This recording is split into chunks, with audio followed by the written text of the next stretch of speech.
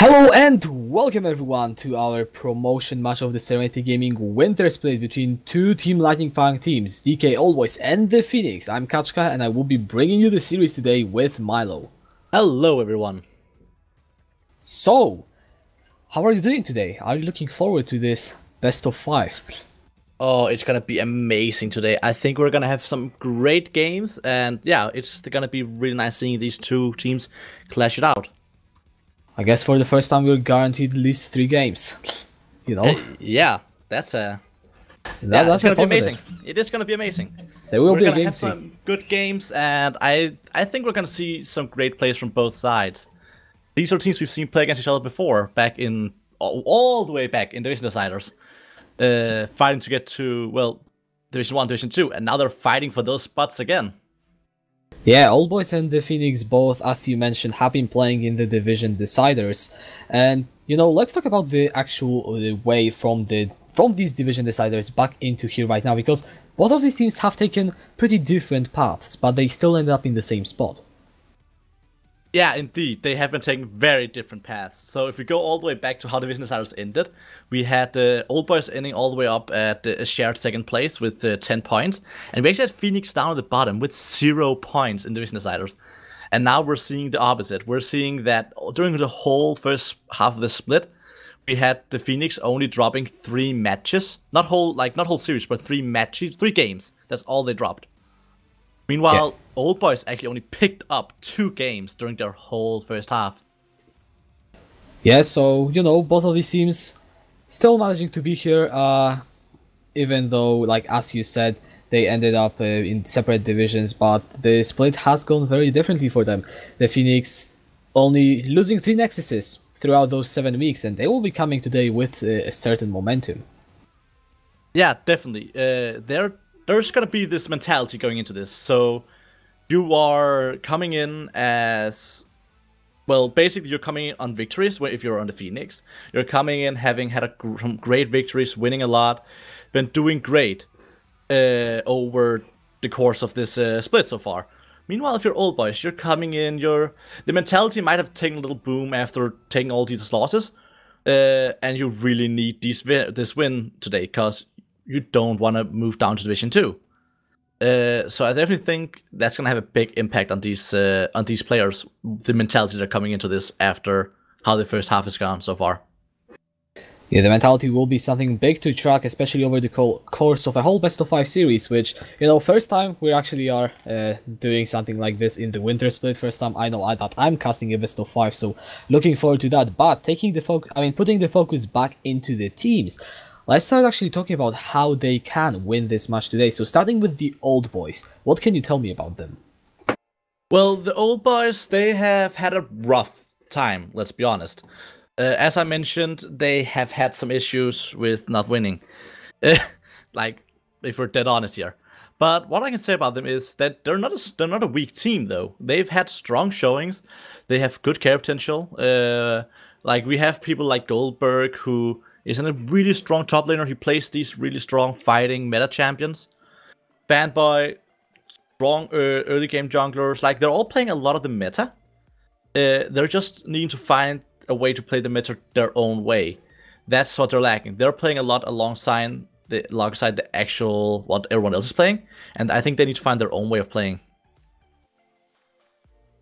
Yeah, on the other side we have the Phoenix, which, you know, they have went through the Division 2, only dropping 3 games as you mentioned. They have been looking pretty strong, and they have players of their own which can cause some chaos. One of the players that I'm looking at is Stixi, who can possibly do something, especially considering his late Cho'Gath terror in the top lane when he absolutely obliterated the matchup. So yeah, definitely on the Phoenix side we have the same kind of thing. A lot of them, but and a little different anyways, because on this they're all really strong players. They don't play that much meta though. They're playing a little more. They're more on the other side. They're more on their own style. So as you said, we've seen him playing the Cho'Gath and the Maokai a lot, Stixi. That's not really the meta we're seeing so much. We're starting to over there, but we're still seeing a lot of these fighters, brutes in top lane, where Maokai falls more into the tanky. It's the same with Jester in the jungle. He doesn't play these early game aggressive junglers that much. He likes playing stuff like Gragas. We've seen him pop off on the Gragas, for example. Where only place where you can really talk about real meta picks is the bot lane of the Phoenix, where they are playing stuff like the Kaiser, the Lucian.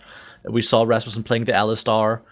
So I think it's definitely gonna be to see if Phoenix can make their playstyle works against a meta team like Old Boys.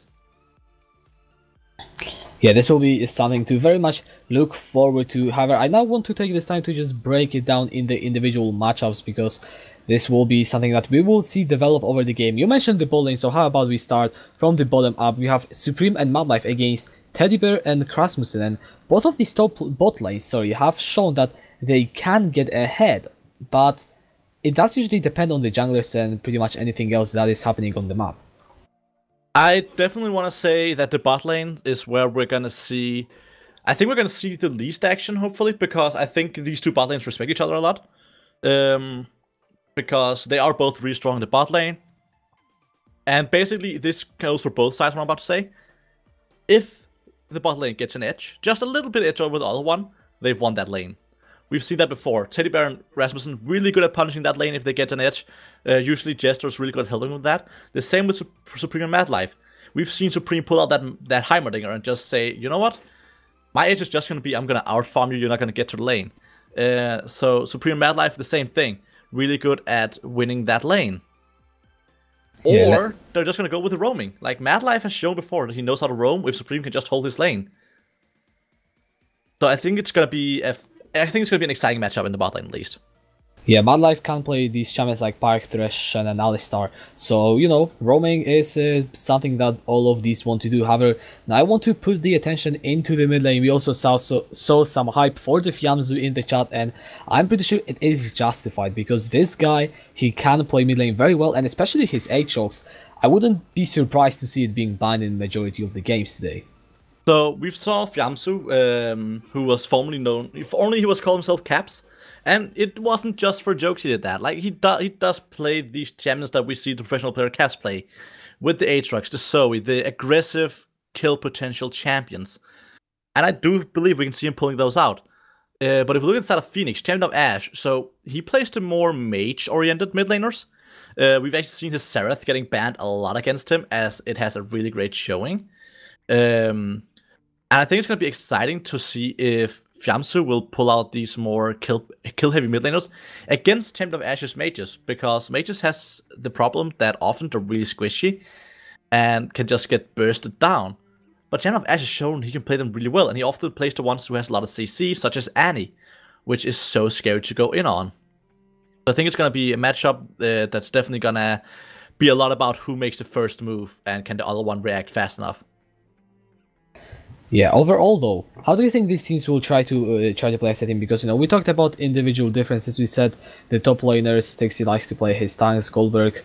Well, he likes his Ergot, so possibly we could be seeing a more or less boring matchup. Junglers are junglers; they will just gang the lanes. We talked about all the other matchups, but how do you think these teams will want to play as a whole?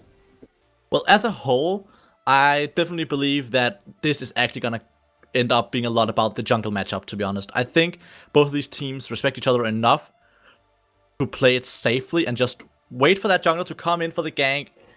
And, well, then it's all up to the picks, what lanes they're going to prioritize. If they're going to go for, something like an Aatrox mid, they might, on Old Boys, they might prioritize the mid lane, getting him ahead. Meanwhile, if Stixie's going to go for that Cho'Gath, we might see Jester going towards the top lane again.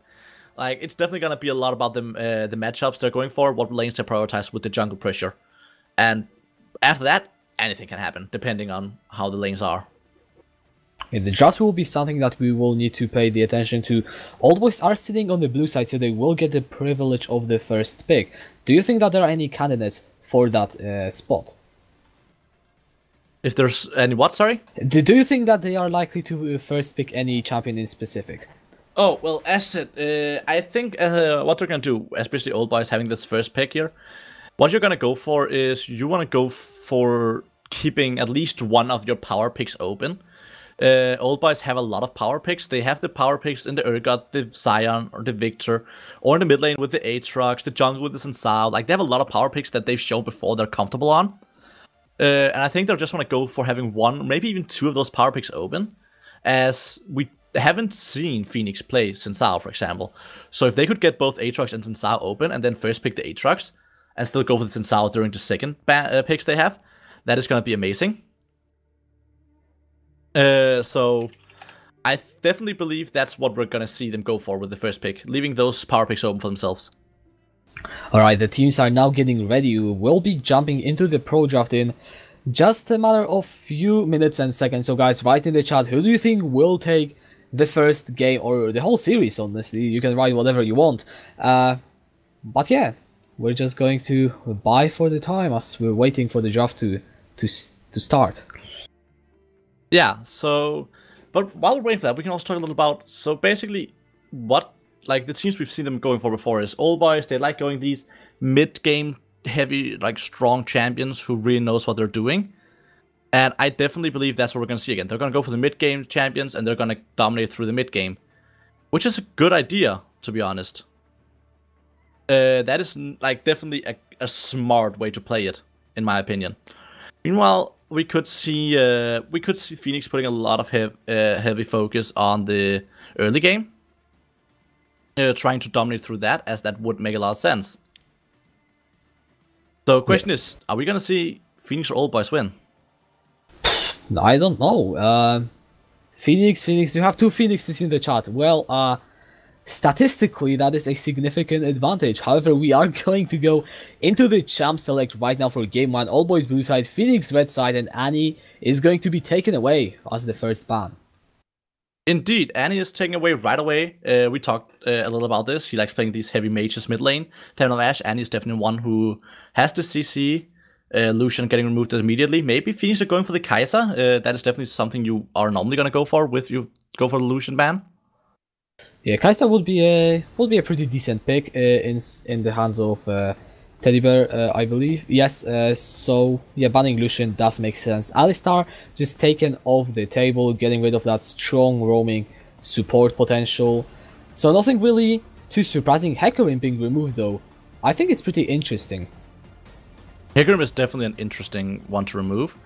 The ban's just going out. And again, the Seraph, they're not getting through. But Hecarim, not getting through. LeBlanc, not getting through. There's so many, like, this is going fast with them. They've really planned out what they're going to do. And Old Boys did end up going with a power pick. Not the power pick I thought they would go for, but they ended up going with the Pike for the first pick. Really a strong power pick for them if they want to go for this roaming, which it could potentially show. With the Pike update, the lethality build, he's really strong top tier support right now. Yeah, I mean, Madlife has played the Pike in the support position. I guess you could also try and mid if you wanted to.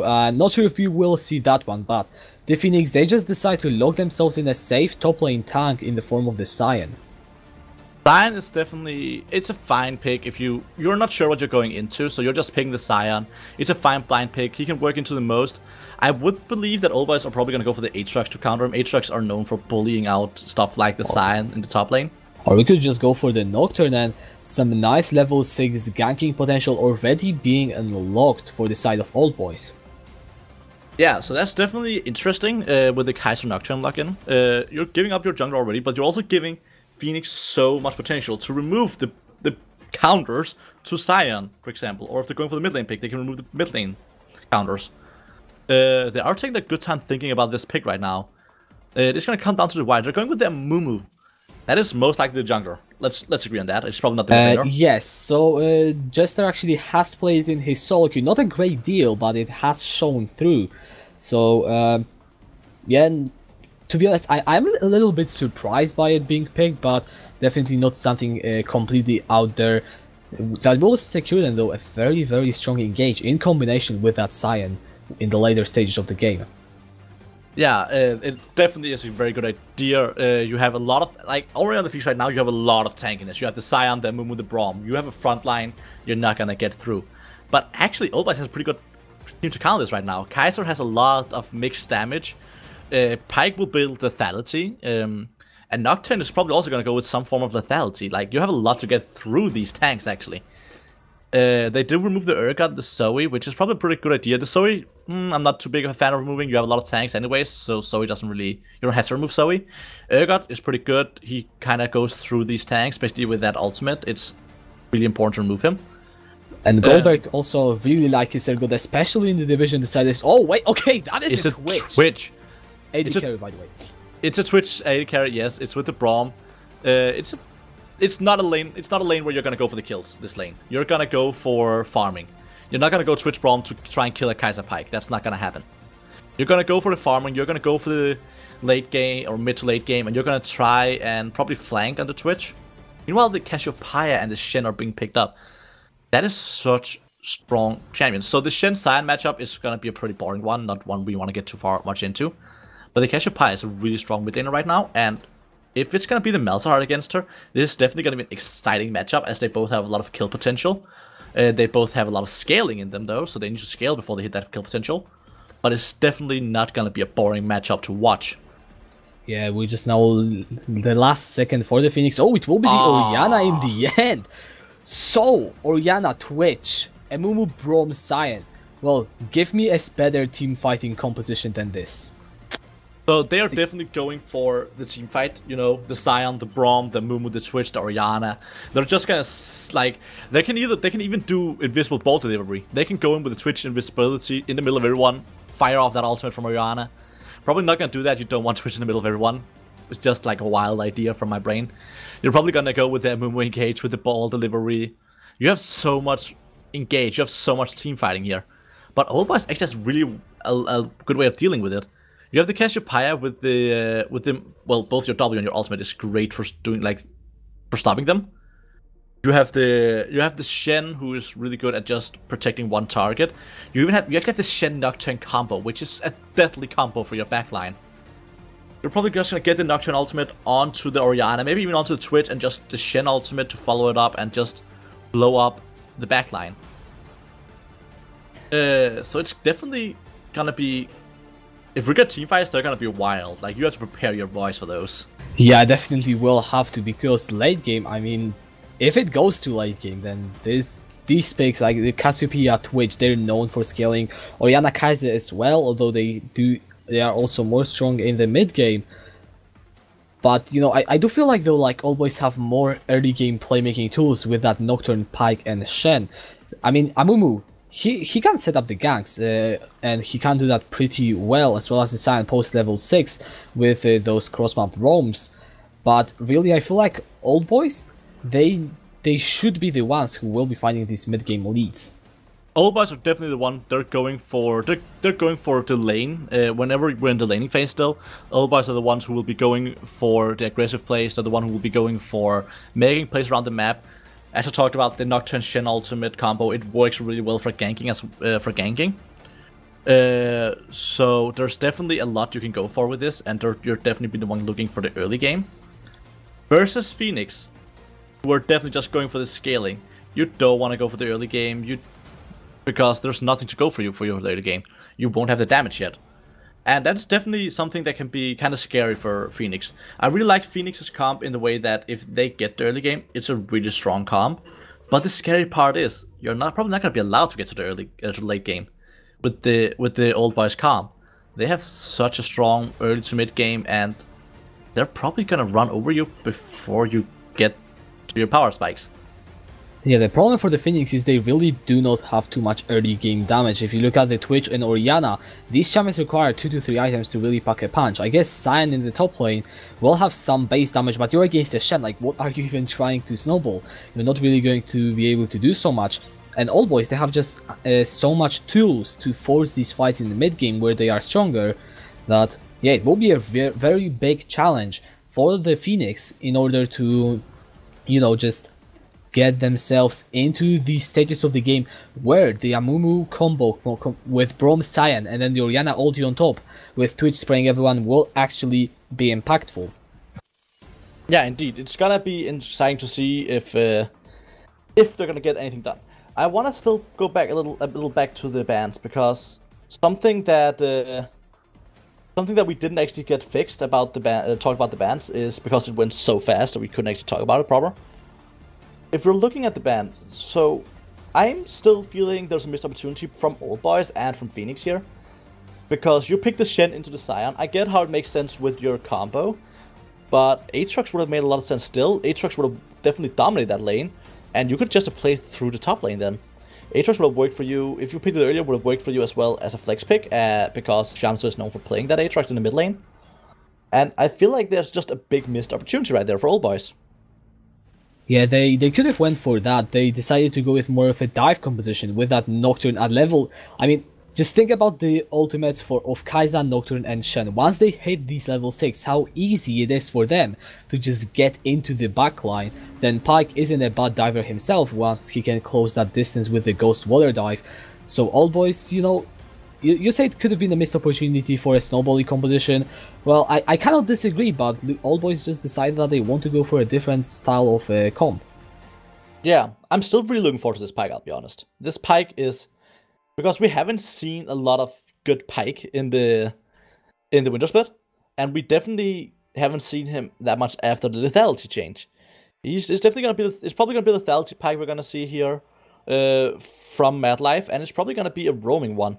You have Supreme and the Kai'Sa. Kai'Sa can easily hold the lane, and that will lead Mad Life to roam in towards the mid lane, get some kills for Fiamsu, get him rolling. And if you get Cassiopeia rolling right now, it is absolutely crazy how strong she is with the new update to her.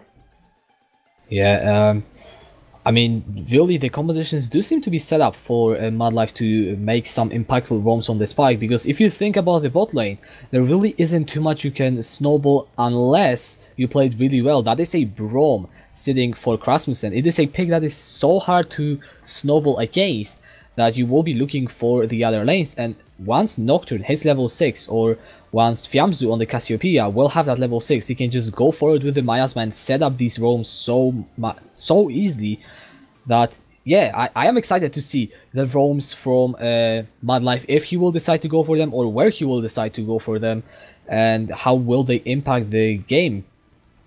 I definitely agree. One thing I want to point out actually is the Rasmussen is on this Braum, and that Braum is gonna... how well he plays that Braum is basically gonna be the deciding of this game.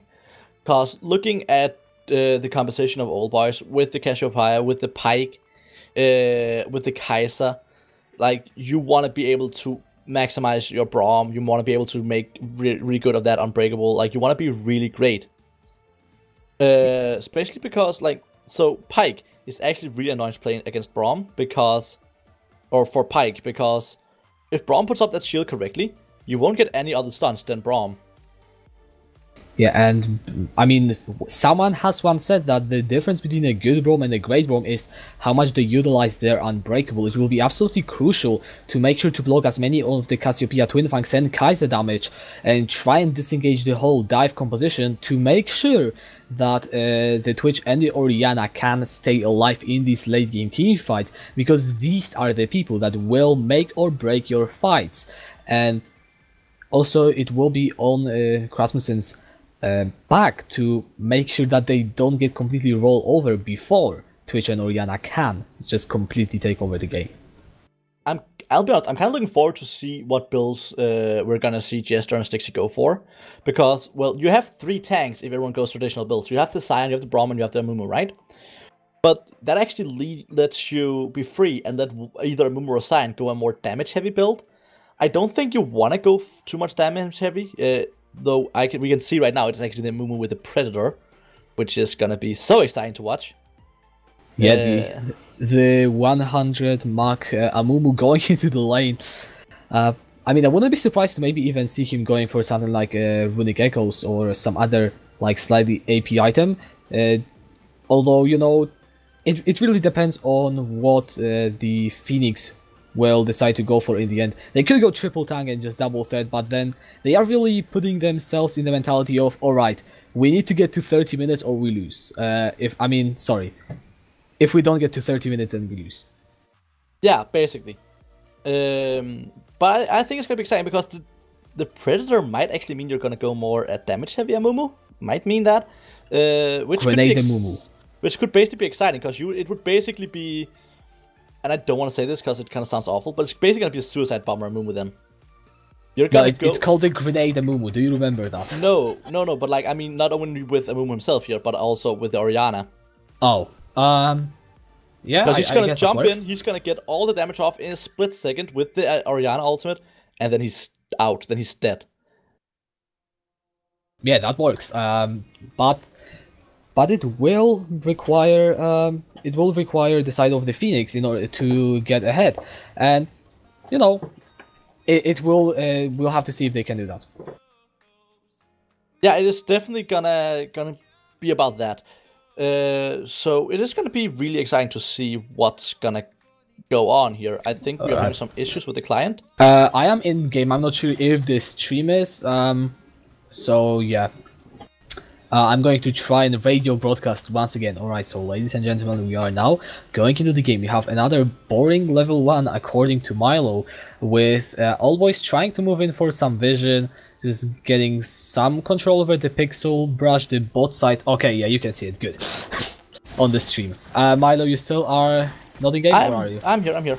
Okay, good. Yay, welcome back. So, both junglers starting on the red buff. Nothing really too surprising. Will just mean that Jester might go for the full top side clear into the Predator boots. I think it's interesting if he's going for that, as you are on a Mumu. The Mumu is known for being very mana heavy. I think he is just gonna go for this. Like, if he's probably just gonna go for the red down to the Raptors and over to his blue. That would make the most sense in case of, well, you're mana heavy. But we're just gonna see very traditional starts, nothing much happening, people getting down their vision early on, and just slowly farming up the lanes. Yeah, both junglers will be looking to contest over that topside scuttler, though Jester, he is camping behind that wall, he is looking for that, he is now going towards it, smites are available, and Fanboy will secure this scuttler, and the Amumu will just go away sad. Bot lane though, Teddy Bear already has to burn his flash. Madlife has the concussive blow stacked, and it's a flash for flash trade. So somewhere the action already is being delivered on. Yeah, that is already amazing. Like, this little trades back and forth is kind of what we expected. We didn't expect too much going on, which is, well, fine, to be honest. You don't need any big, like, fights early on. Especially not if you're on the side of the Phoenix. You, as we talked about, you just want to scale, and so does Old Boys right now. Old Boys doesn't want to scale till late game, but like, they want to hit the mid game at least. Yeah, Cassiopeia and Kai'Sa, even though they are... It's really hard to call them more early game tuned, but they do spike slightly earlier than the Twitch. So, yeah, early game damage isn't really even there for Old Boys. I guess at level 6 though, with the Paranoia, that is where we have to look at Fanboy and where he will make his impact. Yeah, we're just seeing, again, little skirmishing up in top lane. Nothing much. Like, and this is how the game is gonna be for the start here.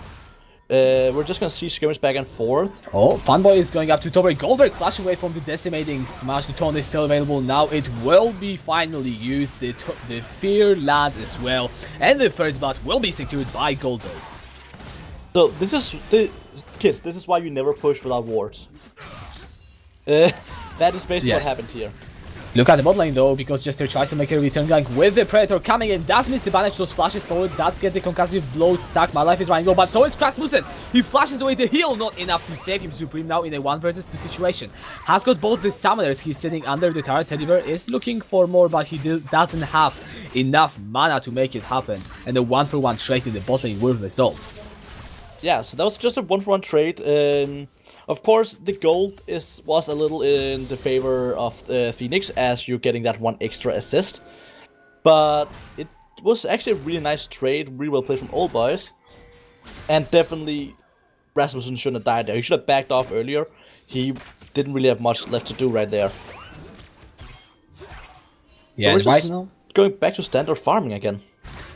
Yeah, we got some kills, we got some action, we got Old Boys getting a 1000 gold lead right now, and not much apart from that, really. We have actually a pretty sizable CS lead in the top and the mid lane, more the mid lane. Fiamzu actually out farming by 14 so far, so that is pretty impressive on the Cassiopeia. Yeah, we're seeing them go back to farming. We're seeing that Temple of Ash is actually having some mana issues in the mid lane, which is definitely not what you want against a Cassiopeia this early. In the top lane, the early kill from Gold, like that even got onto Goldberg, is going to be really important. Especially for Goldberg, as he's actually going back, got that Tiamat already, and he's just going to get so much pressure in the lane. He's going to be able to decide when he wants to shove it and when he doesn't. and that lets him, well, roam around with the teleport, with the Stand United. That's also why he's not teleporting up to lane right now. He pushed it in, made sure he didn't have to teleport to lane, without losing CS, and he has the teleport for roaming now. So he can just choose to push him with the Tiamat whenever he wants, and then teleport around. Yeah, teleports will be something that the top laners can use to influence the bot lane, obviously. I don't think I'm a genius for saying that. But it could be even bigger since both of the top laners have ultimates, which allow them for easier roams. Obviously, the Stand United is slightly easier to use than the Unstoppable Onslaught, since you will need to recall and then position yourself if you're Stixie. But both of these top laners have multiple tools of affecting the bot side. But right now, Fanboy is once again in the top lane. Unstoppable Onslaught and Flash available from Stixie. He does use his ultimate now. A good Flash interrupt from Fanboy, but a Flash away will get Stixie to safety in the end. Yeah, so Fanboy with the Flash there, I get the idea. It doesn't really make much sense. You know Stixie still has to Flash up, so you're just gonna end up trading Flash for Flash. Which, I get it, but at the same time I don't. There's no real need to go for that trade. It is return gankable now, the top lane. It is indeed return gankable, but problem is just that, you know, as Stixie right now, getting ganked twice, you will just play this lane a lot more safe now. You know you're gonna get Fanboy up there again and again, and you just want to play it safe then, not go for too much crazy. Yeah, Rasmussen will actually get hooked by by the Bone Skewer. Madlife is just fishing for these hooks and is consistently finding them. He had one attempt to gank mid lane, but Fiamsu just getting the pressure in does make the Orianna pretty hard to gank with both of the Summoners up. So right now we're just going back into this tranquil state of farming it up, trying to look for the pressure, try to look for the wards and gank opportunities. Yeah, and once again, we're just gonna see them keep fighting top lane. They're gonna keep trying to go for the fight. Yeah, the Taunt is coming now. Here comes Paranoia, and Fanboy, he fancies yet another kill, and he will find it. Stixie falls for the second time. Jester is now up there in top side, does land the bandage toss, and Goldberg will be taken down. Now Fanboy versus Jester. Will they decide to fight? Jester uses the Chilling Smite for the slow. He still has the Curse of the Sad Mummy. Does use it now for the root. Bandage toss will be available in 3 seconds. Will he need to use it? No, he will not even have to. 2 kills going in for the Amumu. So, there we're having it, right there. So, Jester has a lot of damage already, actually. That was crazy, but that is what you normally see on Amumu in the early game. You'll have a lot of damage, and definitely going in for that. Not being scared, trusting that you have the damage, trusting that Stixie will still do a little damage with his passive, is just what you wanted, and that was actually well turned around for them. But definitely, Stixie needs to start realizing Fanboy is looking for him. Fanboy has Stixie in his sights, and he needs to start playing more back. You don't have to go for anything crazy. I actually really appreciate the Madlife's Bone Skewer side. It's not really important to the game state right now, but yeah, I have to agree with your point. Stixie, he is kind of like always pushing up the lane, and well, he has died twice already, which isn't very helpful. Yes, his jungler just equalized that, but really, you need to stop. And yeah, I mean, in the chat, I agree. I want more action, but let's not play brainless just to get some action. Yeah, definitely. We're also just seeing that Jester is playing a lot towards the top side right now. He is ready to say, Fanboy's up there again, I'm on my way. And that is just what he needs to do. Just play towards the top side. We're actually seeing Fanboy's in this jungle. They're gonna meet! Oh, okay, will the junglers fight? And here goes the banish. That's a nice Shroudo from Fanboy to make sure that the CC isn't happening, and looks like both of them will just disengage. That was about some action, but yeah, no, nothing happened, cause... Ooh, teleport. Teleport is coming in from the Stixie into the building, and so Bloodshot is available. Here comes Stand United, the double knockup into the double decimating smash. Supreme is finding a goal with the Ignite, but will make it out to safety. Goldberg in the midst of the fight, 2 stacks of the concussive blows. Flashes away, Stixie is running low on the HP, and he has to get the hell out of there. Rasmussen picks up Goldberg. Madlife tries to flash over, the Ignite is ticking down. Here comes the Paranoia, and Fanboy picks up Stixie. Teddy Bear is trying to find away the fear onto Rasmussen. Will mean that he's slightly out of action for now, but Fanboy cannot find the kill and he has to run away. Jester is coming in and Teddy Bear gets Fanboy. Madlife 1 vs 2 goes away with the Phantom Undertow, but the double kill goes in for Teddy Bear. So that was, I wouldn't call it clown fiesta, because that was actually really well played from everyone. Stixie with a good teleport, the Goldberg with a pretty good Stand United to try and follow it up. Fanboy hurrying down, with the ultimate, and then just on his way down as well, and just ended up being so well played. And I had to give that to Teddy Bear. He did great at kiting, never really stepping too much forward to get that one kill, just trying to kite all the time, play safe, and yeah, that was well played. One thing that I think we need to highlight more though is how much Fiamzu is out farming Champion of Ash right now. He has a 30 CS lead at 11 minutes, and it could turn into something more as there might be a fight around the Dragon. The Dragon is dropping low, Fanboy has got no paranoia, but he will not even try to contest it. The Shockwave landing only onto Fiamzu, and the Nocturne is still the full. Jester goes in the 3-man hood with the Amumu. Petrifying Gaze has been already used by the Katsupia. Jester is in the backline trying to dish out the damage barrier used by Fiamzu. He has to flash away as well. Bone Skewer from Malai lands onto Jester. Miasma will secure the disengage for now, and looks like the Pike will get to live another day. Only one kill going for the side of the Phoenix. That was, again, really well decision making from Phoenix, going for finishing off the Drake before going for the kill. Getting that one kill, we're just seeing Teddy Bear getting so strong now, and he's gonna be so scary. Phoenix were the team who were meant to be the scaling team, and they're right now the one losing in this early game. That is real, or winning this early game, I mean, of course, sorry. And yeah, that is so important for them. Like, they winning already is gonna mean so much for them. Don't take my words out of context. Old boys are definitely also strong when it comes to scaling. They have the Kaiser, they have the Cassiopeia, but they're not as teamfight oriented as we see Phoenix are. One good thing for them is the amount of dive potential they have. If they can find Teddy Bear isolated in these late game fights, then he will die no matter what happens. He will need Krasmussen and probably Jester as well to help him, as Stixie is pulling Goldberg in that top lane. As Opal also has been used, but he will just get out of there and not go for the risky dives. So Stixie I think Stixie got a little hungry after he saw how much damage he did to Goldberg with all those Qs again and again and again.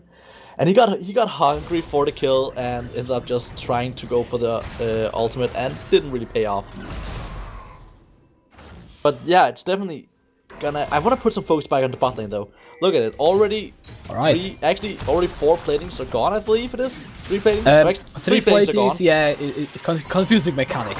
Yeah, already 3 platings are gone, and that's so much extra gold for Teddy Bear, who's already having a 302 score, and is just gonna be so heavy on that gold. If we're looking at the gold, he's actually 1.1k over Supreme right now. Yeah, oh, Jester is in that bot lane. He will now spot out Malai. Phantom Manager has been used. A nice dodge away from the bandage toss. Should secure the disengage in the end, but Krasmussen still wants to go for more. Paranoia goes in. Fanboy all jumping onto Teddy Bear and Stand United as well. The death from below secures 1 kill, 2 kill, and make that a triple. My life with the ultimate, picking them all up. So that is exactly the... Oh, mid lane, the Shockwave landing onto Fiamzu, and Champion of Ash will get the return. So, first of all, that was the exact combo I was talking about. The Paranoia with the Stand United. Such a strong combo for ganking a lane and giving so much presence. And this tower is just getting melted right now. And definitely, the second Jester missed that bandage toss. They should have backed out, but they kept going, believing in the fight. And that was a big, strong backup from the rest of the team. And, you know, we said how Old Boys weren't ahead. Well, look at the gold lead now. They just got themselves 2,000 ahead. And they will be looking to control this game from now on. Yes, Teddy Bear is still 3-1-2, but before he hits more items, he will not be as useful as his scoreline would suggest, just because he's playing that scaling Twitch. Definitely, and it's exciting to see how they're gonna go from here, because Phoenix were on a gold lead, and they're actually in a gold deficit now. Lost the first blood turret. They did get that return kill in the mid lane, which was so important. And they did get a lot of pushing in the top lane from Stixie. They didn't actually get the tower in top lane, which is what they needed, because now Supreme and Mad Life, they're gonna go for the lane swap, they're gonna go top lane. Goldberg is gonna try and hold the bot lane against Teddy Bear and Rasmussen. Yeah, now the taunt will land actually onto Teddy Bear. That is a nice chunk of damage. Landing onto the Twitch will stop the siege attempt. Right now, the Old Boys, they are getting their position onto that Herald and the topside tower. Just look at all of those control wards invested into the topside jungle. And this Goldberg just keeps... Oh, another taunt flash onto Teddy Bear. He has to commit both down. There's Paranoia. It will be in the top lane though, as we are seeing yet another fight. Fanboy jumping onto Champion of Ash. The shockwave has been used already. Flash away. Both summoners are down. The shield though will keep him alive for the time being, and Oriana will get out under the turret. Jester also forced to retreat, and Oldboy's just getting so much control over that topside jungle. Meanwhile, Jester or Teddy Bear is actually scared of going under the tower for the taunts under the tower. He did, and they end up getting the tower, which is important for them. They're still 1,000 gold behind, which is definitely something they are gonna try and figure out a way how to get around. And Stixie is probably gonna go for the push top lane. They're trying to stop the push in the mid lane by roaming up. Rasmussen is coming up though. Alright, looks like Fiamsu though will retreat, so no fighting today. The Herald has been started. And Supreme is just playing around with Stixie. Stixie not getting able to connect anything on him. That is just so mean. That is just sad. Alexa play no. But the Herald secured by the side of Old Boys will be sitting in Fanboy's inventory. That does mean that they get this pretty much, I guess you could use it, a free tower card, because if you use it well, that is guaranteed at least one tower. I like the response from the Phoenix though, because they are answering with the tempo push of their own. But Old Boys, they will put it down in the mid lane. They got Champion of Ash. Okay, he won't try and interact it with the shockwave. Yeah, they're just bringing it down the mid lane as they notice that there are 4 people top. That means there's no one down there to, in the mid lane to stop it, but Champion of Ash.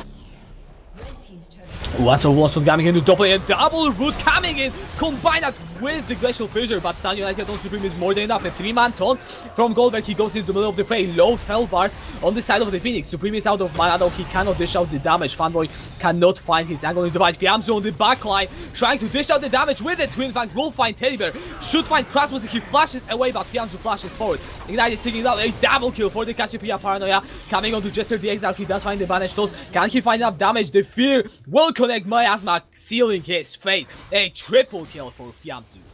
That is such a good response from Old Boys. They dropped the Herald to the mid lane, so they didn't actually have to focus too much on that. Then they went up to the top lane to try and stop that push. And that was such a well decision making, because by doing that, they're making sure that Champion of Ash has to stay in the mid lane, try and deal with the Herald, or go up and give up mid lane. So basically Phoenix were in a position where they couldn't actually make a good choice. They had to make the best of a bad opportunity, and I think they made the best choice. They should probably just have backed off instead of going for the fight though. Yeah, that fight did seem overeager in the retrospect, but that is the collapse potential from Old Boys. You have got the Shen, you have got the Nocturne. Shen, a true global, Nocturne, a semi-global. They can just roam around the map so easily. The Dragon though will be set up by the Phoenix. It is an Ocean Drake. Getting a second one will help them with the sustain, but they need to be careful how much they want to commit. I think right now they're just gonna play around it, see if there's gonna be any opportunity. They are red side, so they do actually have the advantages on the Drakes, you know, pulling them out. They pulled it out a little too far, it looks like though. Yeah, they aren't sure if they want to go for the fight or not, since Champion of Ash has been just taken to half HP slightly before, is able to regen that up ever so slightly to about 3/4. Fanboy, he is sitting in that bot side though. He will be looking for the Paranoia once it is off cooldown. That is 20 more seconds. So we are likely to see some stalemate occurring right here on this Dragon. They're just gonna keep going for this fight, and actually this is fine for Old Boys, because Old Boys are just farming up the jungle around them while they're waiting for a fight. Yeah, the Phoenix, they are trying to secure division. Here goes the Astral Blossom. Supreme is a clear target. He's going to extend up, knocked up, and taken up by 10%. 2-1 shockwave coming in from Champion of Ash, but Malife, can he get the resets? 2 for 1 already. Malife is running with petrifying gaze from Fiamsu. A double kill for Jester. Fiamsu now has to run away, get out the hell out of there. Stixie flash forward, decimating smash, triple kill for Jester, and the Phoenix will get the fight. So this is exactly what I talked about when I said they had a stronger team fighting team. They have so much combo on their team that they can go for fights like this. And it just paid off. Oh, Jester will get caught out. The Ignite is taking him down. A shutdown for Mad Life. Okay, so back to what I was trying to say. Yeah, they're having a team fight combo like this. They have, if they combine their ultimate like that and actually choose to go, as they just did, focus one target at a time instead of focusing everyone. That is so important. Look at the mid lane though. Here goes Stun United, and there is literally no way for Champion of Ash to escape. the global pressure is just too damn big, and it will be the kill traded for 2 ultimates. And the tower. He did also get the tower. Oh yeah, he got the tower. Well, that is worth, I guess. So that is, it's team gold instead of just gold on one person. So in that way, it makes sense. They're still behind on gold, which is after a team fight, you don't want to be behind on gold. So they need to look for more fights like this, because they've shown here the fights like this are in their favor. I do want to touch on the items a little, because there's one thing I kind of disagree on the building wise. All right, well, what is that thing? They're running double Frozen Heart right now. They're running it on Jester and on Stixie, yet in the fights those two are running together all the time anyways. So, and Frozen Heart doesn't stack, just for all the people out there who doesn't know. Frozen Heart does not stack with each other. Oh, Krasmus said he might be finding Mud Life. Alright, I think I'll let you continue because, yeah, that is a fairly interesting thing to see. I think it would be much better to get Randuins on one of them. I'm not gonna say which one, but yeah, double Frozen Heart, especially this early on against Fiamzu's Cassiopeia. Don't underestimate his damage. And Supreme Skyzap will also be dealing AP damage, so getting so much armor focused early. I guess it's not the best thing, but but you can see where they're coming from against that Lethality Pike and Fanboy's Nocturne. Yeah, you can definitely see where they're coming from. I just feel like there's either a problem in communication or in the knowledge, a gap knowledge there. Because that is definitely something where you should plan together, saying, hey, maybe Stixie saying, hey Jester, I'm building Frozen Heart, you should build anything else. Or like, at least some communication should be going on right there. But I want to point out on one other thing. Alright, what is it? Point it out. So I want to point out on the fact that actually, 2 seconds, are they catching? Nope, they didn't. Doesn't matter. Okay. Okay, so, well. Okay, yeah, go for it. What I want to point out is the fact that both Champion of Ash and Fiamzu are hitting some of their power spikes, and they're getting really strong now. So they are gonna start dominating these fights, these two probably. Yeah, the Cassiopeia, we all know how strong that is with the Shred. The big shockwave, once Champion of Ash hits more of these items, will be a huge factor. I mean, pay attention to the minimap though, because no one is currently stopping Goldberg from split pushing on that tower, and the Phoenix, they will just get some vision around this Baron, but will be forced to back off. Yeah, they're getting some vision around Baron. They know that to stand united is on Goldberg, so they couldn't just go for it, and Goldberg was pushing heavily, so they had to try and stop him. But Jester showing himself in the bot lane is actually a huge mistake. Yeah, right now, always they will just go for that Baron buff, and well, yeah, they are just starting it. There is not much that the Phoenix can do. Teleport is now being charged from Stixie. Jester is coming up. He has got the flash, but can he get there in time? Champion of Ash has that shockwave. Jester is behind the pit. He goes into the pit. The Baron is now up. It will be a 50-50 and shut down already. Is found. The Jalen is down. It is a complete obliteration. Fanboy still in the pit though. The Baron, who did it go to? It will be the blue team. Fanboy manages to secure that in the end, in the midst of his entire team falling. So, getting that Baron onto just Fanboy, well, of course it's better that Fanboy gets it than that whole Phoenix gets it, but that it's only Fanboy with it right now and the rest of the team just falling down. What's a huge mistake. That is, like, so hurting for them, because they're gonna get this tower. They're gonna get, what's it called, inhibitor tower, and they're just gonna probably try and push the inhibitor even. Yeah, the tower is now all but dead. The inhibitor, they will go for it. All of the members of Always are respawned, so we really need to be careful. My life in the front line, he's fishing for the hooks. Paranoia has been used, and here goes Fanboy into the backline. The Twitch is on his own. He still stays alive though. That is some massive stance onto the members of the Phoenix. The death from below has been used already, but it does not stop them. Supreme flashing for it. Fiamzu having so much damage, and double kill for the Kaisa. Shut down onto Teddy Bear. Double kill going for Fiamzu as well. And a 4-for-1 fight has been returned in the favor of Old Boys. So this fight was actually looking so good for Phoenix at the start of the fight, and Old Boys just turned it around so well. They chose to try and go for the front to back, and it worked for them here.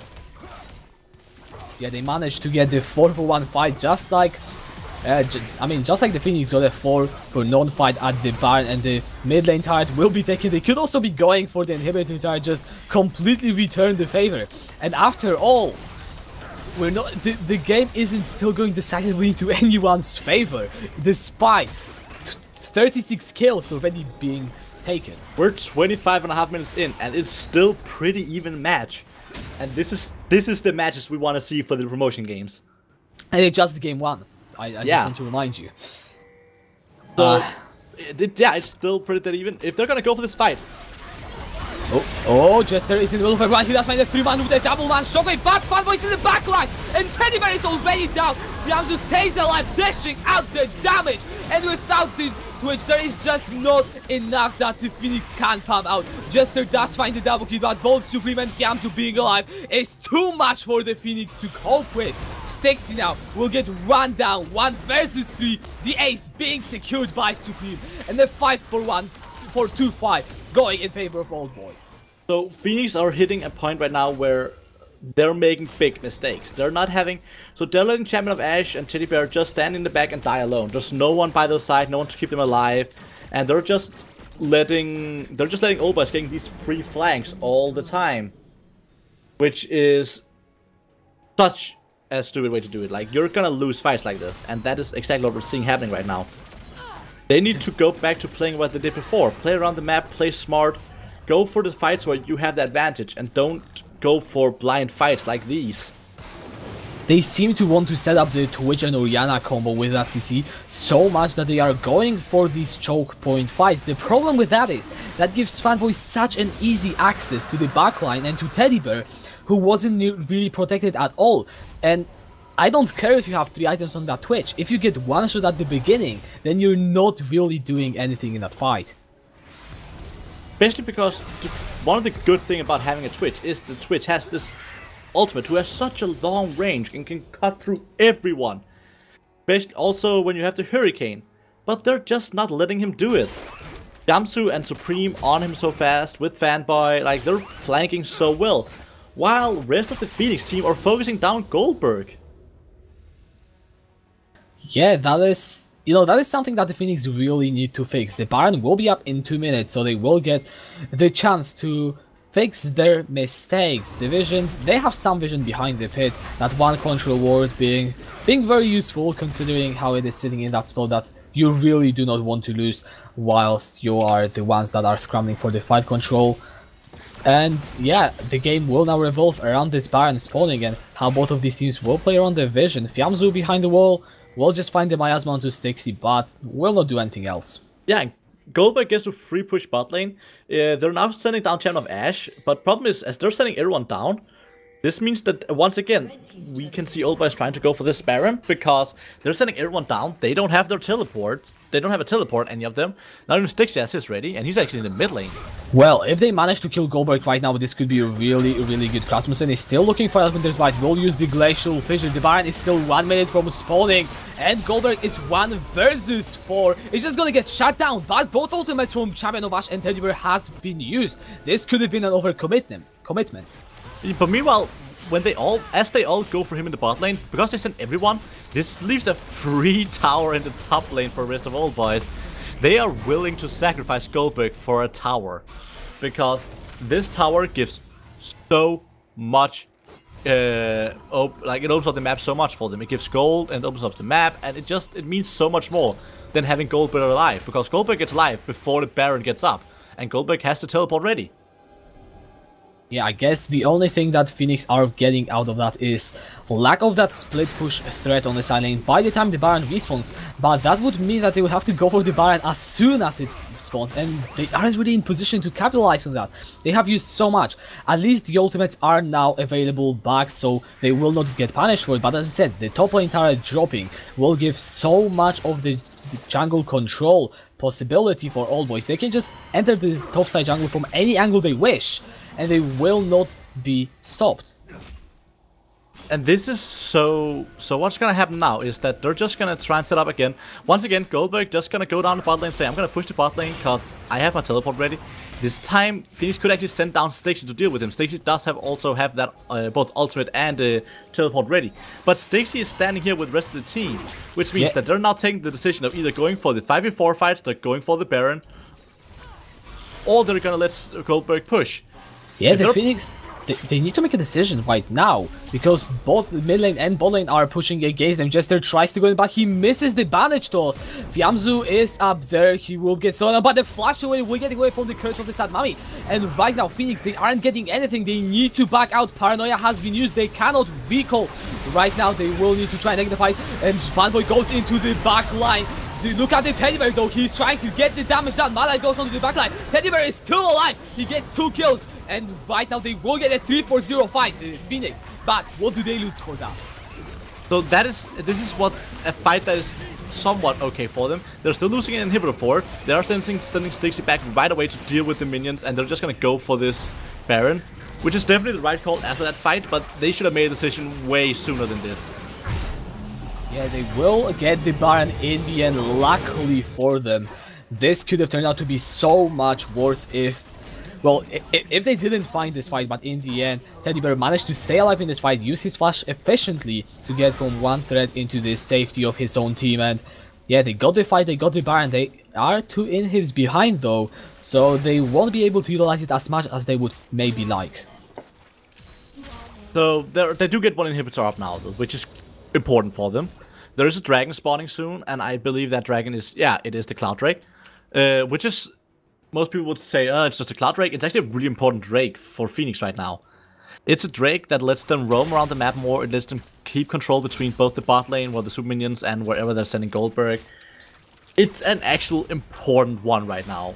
And of course, for the old boys, it's also really important. You want to be able to roam, you want to be able to play around the map, and you want to be able to deny this for the other team as well. An important fact about Teddy Bear. Look at his build. Right now he is sitting at 100% crit chance. That means that every single auto attack he uses is worth its weight in gold. If he stays alive, then he's the guy that will carry the team fight. But the Phoenix, they need to make sure that no one from Old Boys can assassinate him. And this is what I am looking at in the next 2 fights. It is Teddy Bear can he dish out the damage. Same story actually goes for Fiamzu and Supreme. If these two can dish out the damage without a random shockwave or Jester just flying in, then this is what each of these teams will win the fight on. Yeah, Teddy Bear definitely is so important right now, because he doesn't care if you're a tank. He'll do true damage with the Infinity Edge, he'll deal percentage health damage with the Borg, and he'll have so much attack speed, so much range. He's in a perfect spot right now if he just gets to stay alive. But look at the Fanboy, he has got the angle, he's sitting there, he's waiting for Teddy Bear to just be alone for 1 while, and then the Paranoia goes in immediately onto the Twitch. The stopwatch is blown already, the shockwave is missing. Yeah, they are all turning onto the Fanboy, but look at the fight. Teddy Bear is already down, shut down for Madline. 1 for 1 in the end. Everyone is dropping. Stixie finds the double kill in the middle of everything. But Chaminovash has to disengage. And this fight, who is actually winning? I don't know. Jester in the front line, dishing out the damage on the Goldberg. Fiamzu on the Cassiopeia, still using the Twin Fangs for his own purposes. And it is only a 2-for-1 fight in the end. Are you kidding me? That was a fight that set up to be a big one, and we ended up having only 3 people dying. That is so crazy. Everyone was trying to stay alive, everyone was trying to keep each other alive, and it ended up with just being Teddy Bear, Supreme, and Mad Life going down. And Supreme and Mad Life went down to Stixie. Like, that was so crazy. So basically, yeah, you don't want to fight. If you have someone like Fanboy and Goldberg behind you, you don't want to fight in small corridors, because Goldberg will just get a big taunt hitting Teddy Bears, guaranteed. And yeah, then that will happen. Teddy Bear will fall no matter how much you try and protect him. Yeah, the Twitch focus is the high priority for Old Boys. And yeah, these fights, honestly, they will just... I'm going to say it until this game is over, these fights will be, can Teddy Bear stay alive or will he drop in the end? And yeah, I think, I'm just going to ask you, how do you think these fights will play out? Because well, these are going to be crazy. All up to how well they are protecting this Twitch. If they're protecting the Twitch and he gets to stand in the back, so much in the Phoenix favor. But if they're just gonna kill the Twitch early on in the fight, it's probably Old Boys' favor. So it's definitely how you utilize Fanboy and Goldberg right now. Those are really important for winning these fights if you're Old Boys. And if you're Phoenix, it's really important to keep an eye on where Fanboy is at all times, so he doesn't get to just jump in on Teddy Bear. Yeah, I mean, if Teddy Bear stays alive, then Fiamzu will have to try his very hardest to match out that DPS, and you know, since always have the dive rather than the pure engage, then always they are going for the death brush. This could be the fight that actually decides the game. Goldberg will be coming up. I'm just going to be really careful watching everything that is happening, because honestly the fights could explode at any point, and this one, well, I mean, it could definitely be the one that ends the game. The inhibitor will be respawning for, I believe that will be the botline one, and looks like the Phoenix, they are going in for the fight. Paranoia has been used already, a 3-man total, and Shockwave only onto the Shen. Fiamzu is trying to dish out the damage on the back, and look at the Teddy Bear. Teddy Bear is in the middle of everyone, and he will get dropped down in the end. 2 kills going in already for the side of All Boys. They're trying to get the 4th one. Stixie and Jester trying to stay alive, do whatever they can, but there is nothing to be done. An ace 4-1 in favor of All Boys, and they will be looking to just run it down the mid, just close this game out after this beautiful fight. This could definitely be the end of the game. And I want to point out one thing, if Phoenix are actually listening, they misunderstand what protecting the AD carry means. Protecting the AD carry does not mean that you're 5 man standing on top of each other.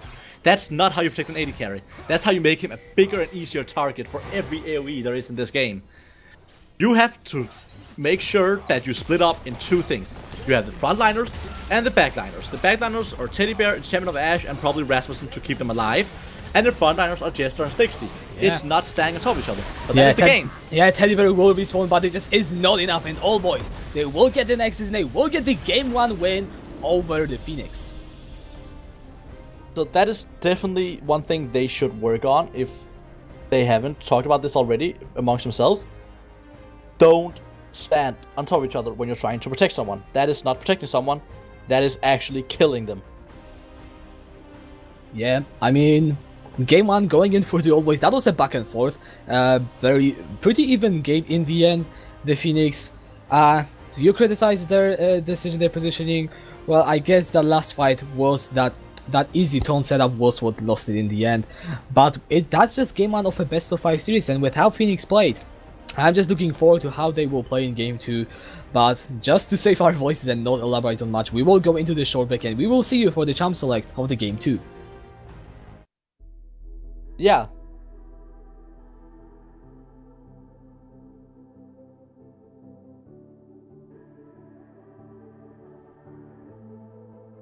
Legends never die when the world is calling you. Can you hear them screaming out your name? Legends never die. They become a part of you. Every time you bleed for reaching greatness, relentless, you survive. They never lose hope when everything's cold and the fighting's near. It's deep in their bones, they'll ride into smoke when the fire is fierce. Oh, pick yourself up, 'cause legends never die.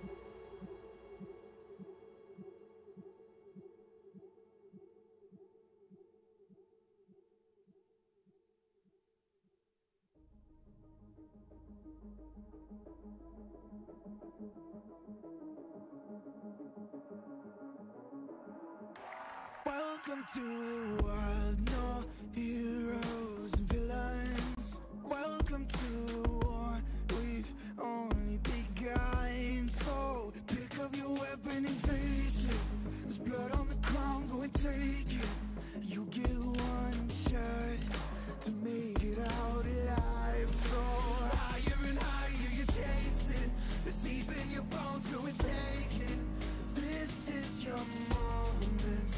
Now is your time, so prove yourself and rise, rise. Make them remember you. Hello and welcome everyone. We are just a few seconds away from the draft for the Game 2. After a back and forth Game 1, All Boys will be the ones taking it. But right now the Phoenix, they will be looking to strike back. So, yeah, indeed. Let's see what their first ban is gonna be.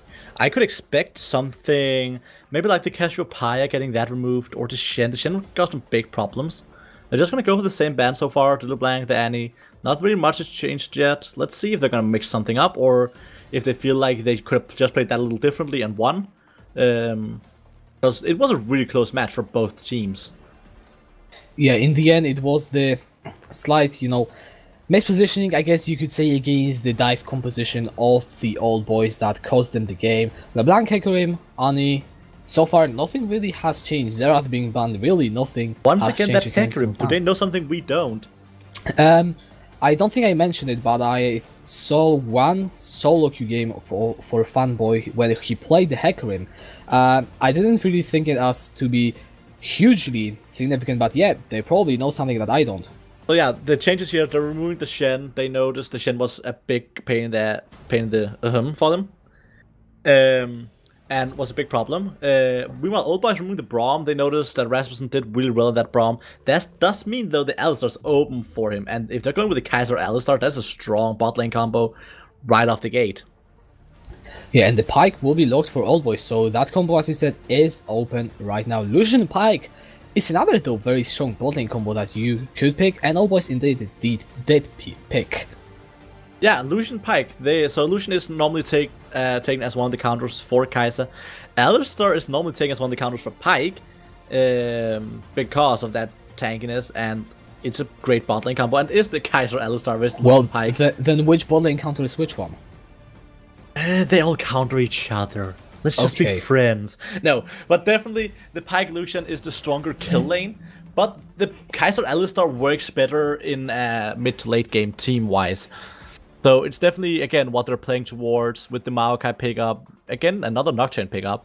But with the Maokai pickup, they're definitely looking towards the mid to late game, the team fighting, like they did in the last game. Meanwhile, again, Old Boys going back to the ways they know how they're playing through the lanes, trying to win the lanes, and trying to win the game through that.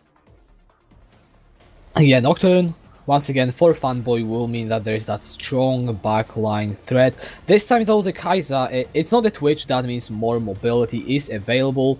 Looking at this phase 2 bans, we have Zillion Poppy removed by Old Boys, and Cyan and the Cassiopeia that you talked about removed by the Phoenix. Yeah, so they actually removed their own Scion, but yeah, they removed the Cassiopeia. She was strong, he did play it really well. But that left Urgot open. We know that he loves this Urgot in top lane. He is Goldberg is one of the people who's played this Urgot the most, I believe. And he's had a really great showing on it. He's playing it into the Maokai, which is, in all honesty, it's not a bad matchup for Maokai. Maokai can play this fine. He shouldn't lose lane too hard if he plays it correctly. I haven't seen Stixion much on the Maokai before, so we'll see. We've seen them a few games on the split, but that's about it. Malzahar? Malzahar, this time it wasn't a tease on us. This time it was picked up. And Malzahar works pretty well into almost everything. You can play fairly safe on Malzahar, play back. Problem with Malzahar is, though, if you're going for the ultimate lockdown on someone, you're so easy to be picked off. And with the Pike, the Nocturne, even the Urgot, you don't want to get picked off. Oh, Jester will be going for the Lee Sin, though. So that is a big deviance of what he normally plays. We don't see him playing the Lee Sin. We see him playing these more tanky junglers, but I guess he's going for a playmaking early game jungler, which is going to be really exciting to see. Ooh, the Kassadin is open. The Kassadin is really strong, and it is a scaling. So Old Boys is picking up the Kassadin in the end. Yeah, and the Kassadin. I mean, the Kassadin into the Phoenix composition does make a lot of sense. Just look at all of the magic damage they will have. And, you know, the Kassadin's passive really works well against magic damage. I mean, I guess anything that blocks 15 or so percent, I actually don't know the numbers, of the damage incoming is good against that. So this will be very strong, especially as the game continues.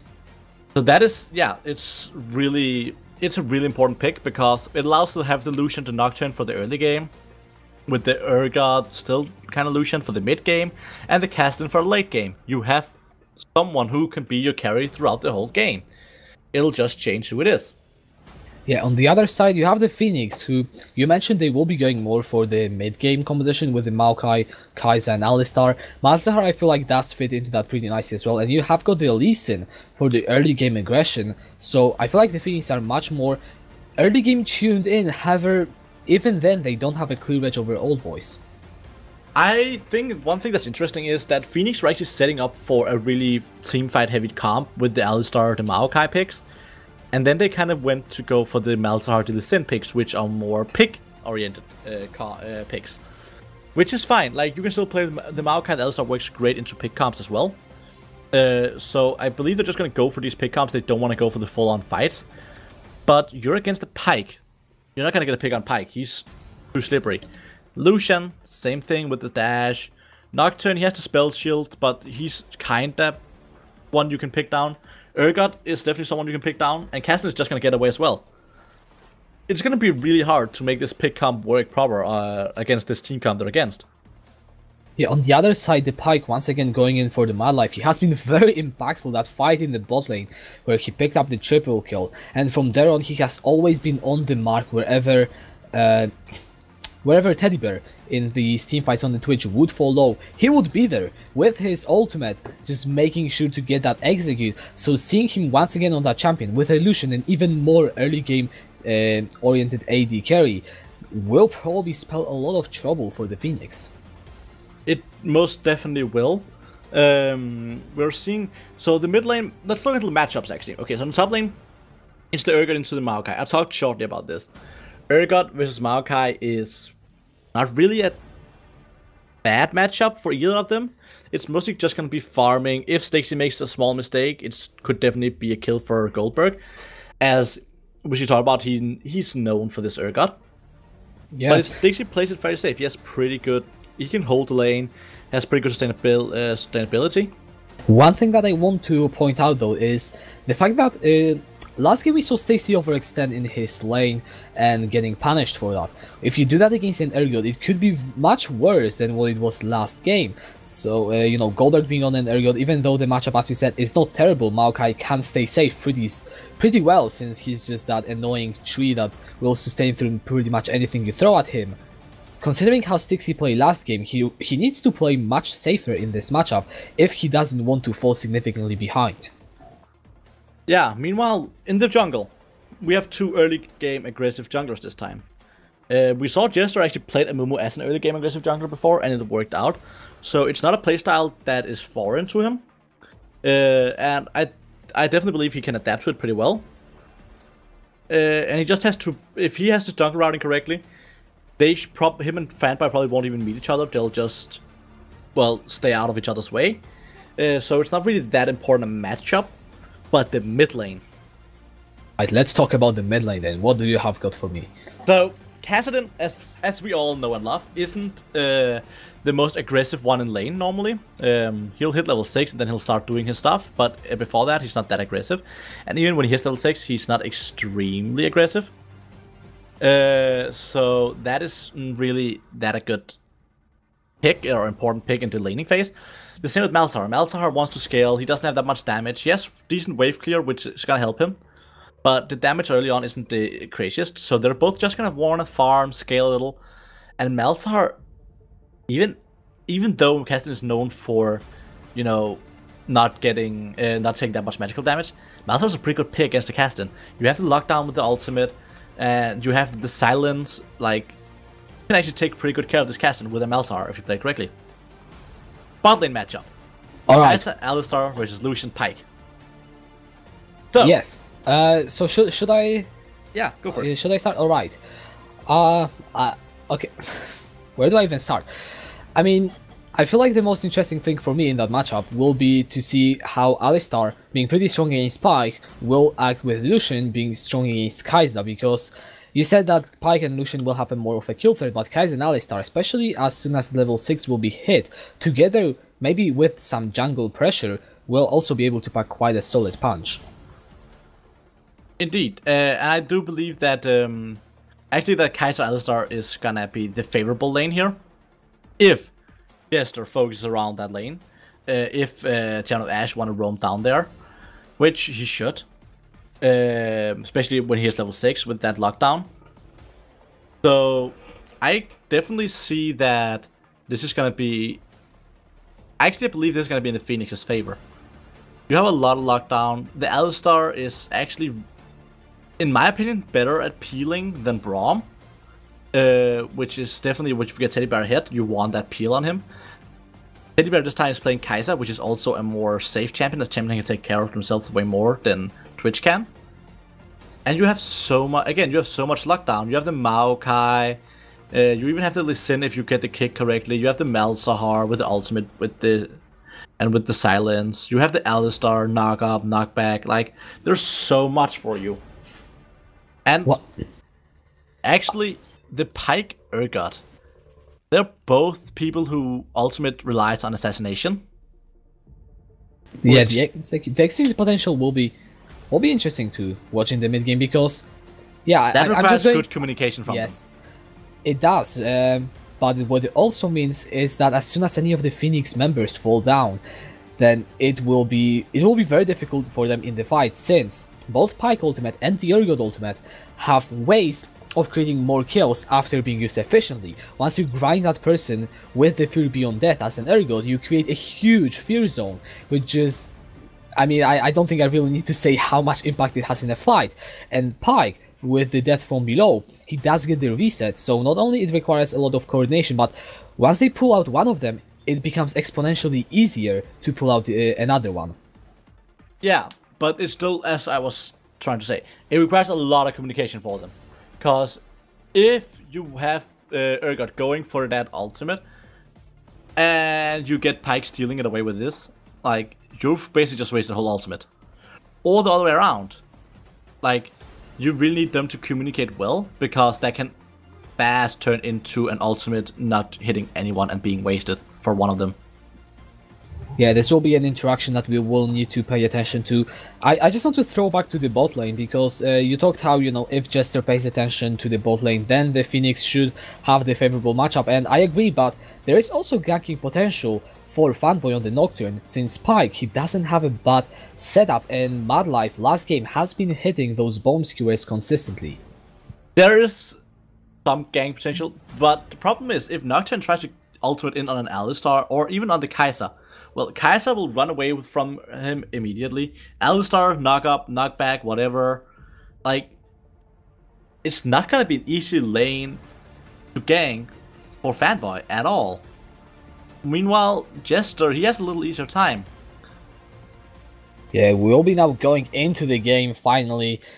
Game 2, guys. Can we get some Game 2 hype in the chat? All boys are currently 1-0 up.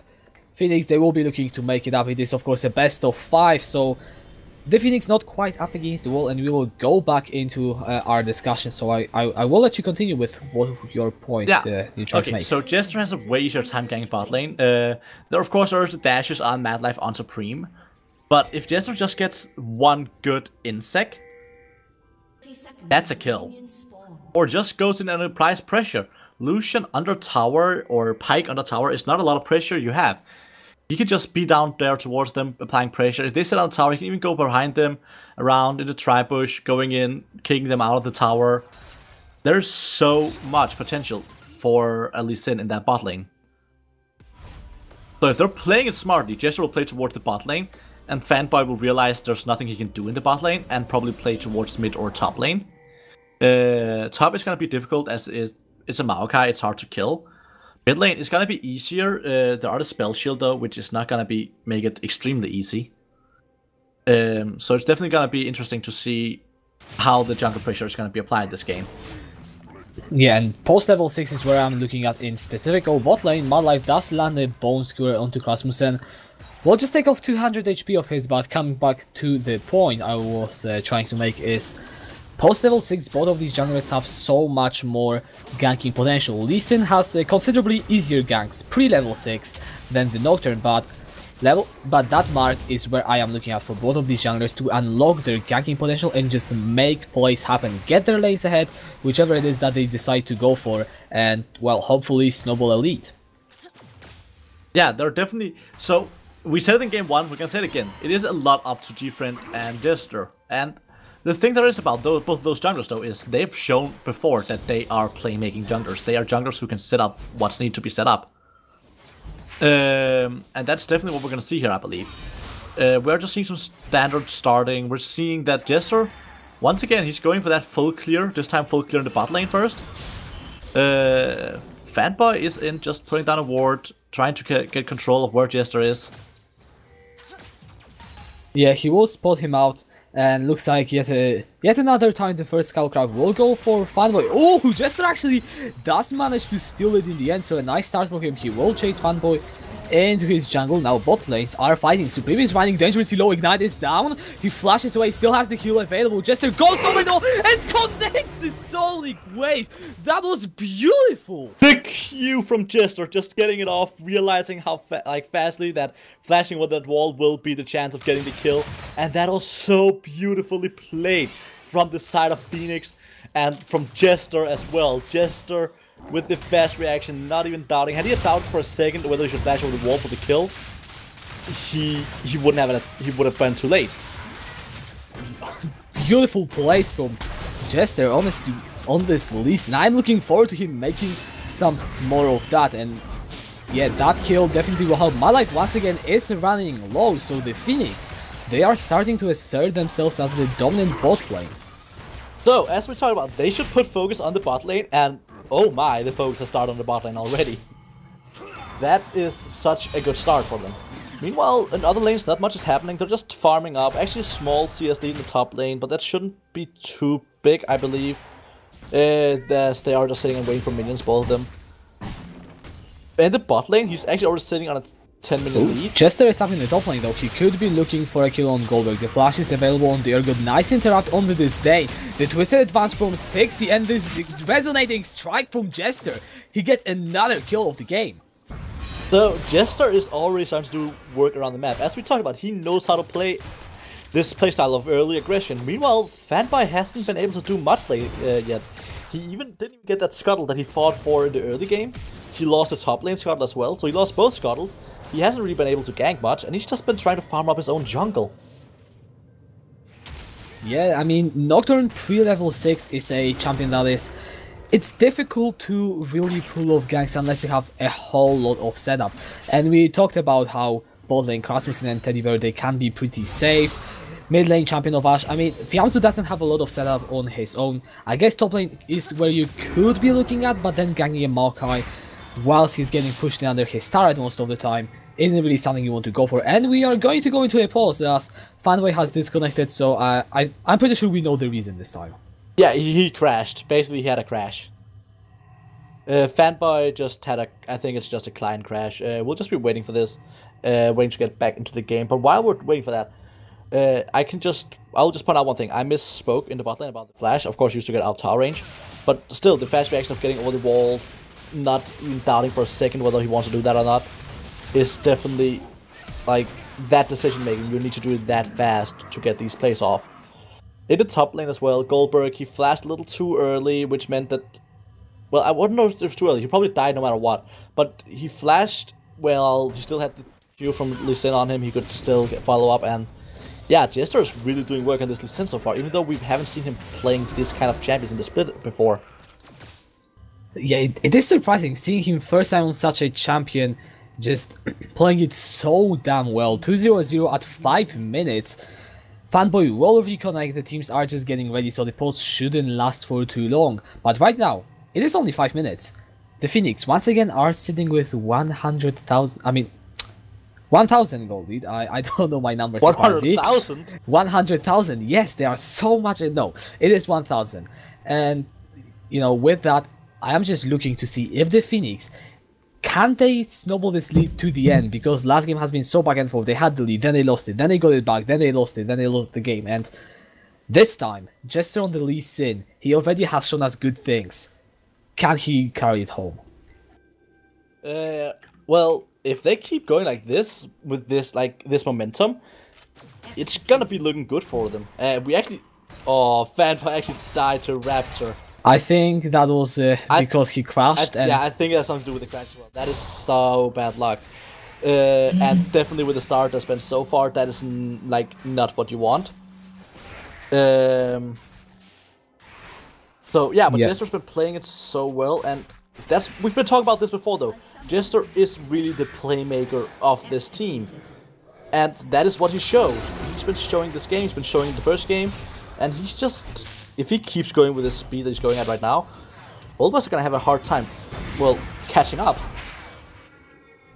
Yeah, so far, you know, they really need to rely on Fiamzu getting those few items. Supreme will be the earlier power spike that they will hit. Once that Lucian will be sitting on 1 or 2 items, he will be very, very strong, and this is where they will need to play around. But you said it, it will not be easy to gank that volley and put the Lucian more ahead. Right now he is actually sitting a few CS behind, mostly thanks to that gank, and it's not looking to change anytime soon. However, look at the top lane, Stix is running low, he flashes away, and the Fury Beyond Death will not get him in the end. Yeah, so we haven't put in too much focus on the actual laners because of the early start from Jester has been so great. But yeah, let's talk a little about it. So in the mid lane, there hasn't really been happening much. Once again, Fiamzu's getting a CS lead over Champion of Ash. Champion of Ash are again sitting on some mana issues, but it's not that bad this time as it was last game, not yet at least. Meanwhile, in the bot lane, Teddy Bear's actually won with the lead this time. Because of that early kill, I believe it does a lot for them right now. And they just have so much aggression in this lane. Teddy Bear still hasn't been back buying. He actually is sitting on almost 2k gold. I do believe he'll probably back after this wave. Go back, get probably start building towards that The Storm Razor. Storm Razor, thank you. And just, yeah, start getting a great lane and getting some lead there. Because now they've been back, they got the items, and they already showed before they could fight them in lane. They have even more potential to fight them in lane now in the bot lane. Jester's also, he's down towards bot again. He's actually just standing there waiting for his bot laners to come back and go for the kill. Yeah, there are no wards invested from the side of Old Boys into making sure that they will spot out this jungler. Jester is moving up into the brush. Supreme has got the heal, has got no flash. The Sonic Wave well missed though, and Supreme will just get to recall under his own turret. Yeah, but delaying this recall is actually kind of important for them, as it gives Teddy Bear and Rasmussen the time to actually push up the wave if they want to, before Supreme and Madlife gets back. They are going for the dragon instead, which is also fine, because again, delaying the recall means that this dragon is even more free for them. There's no way Supreme will get down there in time. Fanboy is in the other end of the map, so it is just a free dragon. And an Ocean Drake is actually something that I really like in the laning phase, just because of how much mana sustain, more than the health sustain, it gives you. If you are something like the Maokai or the Malzahar, it will help you tremendously over the course of next 5 or so minutes in that laning phase to just make sure that you're on top of mana. But right now, Flash Nether Glass going into the mid lane, Nice use as well, but the Dragon Switch and Jester gets the kill. He will be traded though as shutdown is picked by Fanboy. Yeah, so their Fanboy is getting a 500 gold shutdown, which is so important. But once again, Jester's going in, getting the damage out, and yeah, they're really getting these kills down for Jester. They should probably start trying to snowball Jester's lead into other people, as they did pick him for the early game. So him getting the kills is not that great, as he's not the one they wanna get snowballing. Yeah, he will be sitting on 3 kills for now, has got the Clawfield Warhammer as well as the Tiamat. It will mean that he does have a lot of damage, so definitely setting up these lanes, as you said, will be such an easier task than it would be otherwise.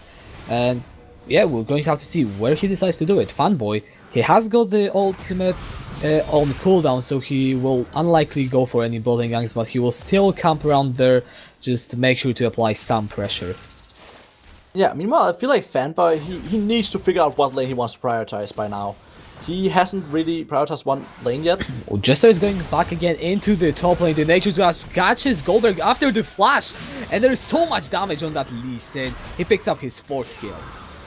Yeah, so I was just saying, so Jester, he's not prioritizing one lane either. He's prioritizing all lanes. But yeah, I think the best thing that all of us can do right now is telling Fanboy, okay, so bot lane, we're having issues. Top lane, not going too well because Jester's there.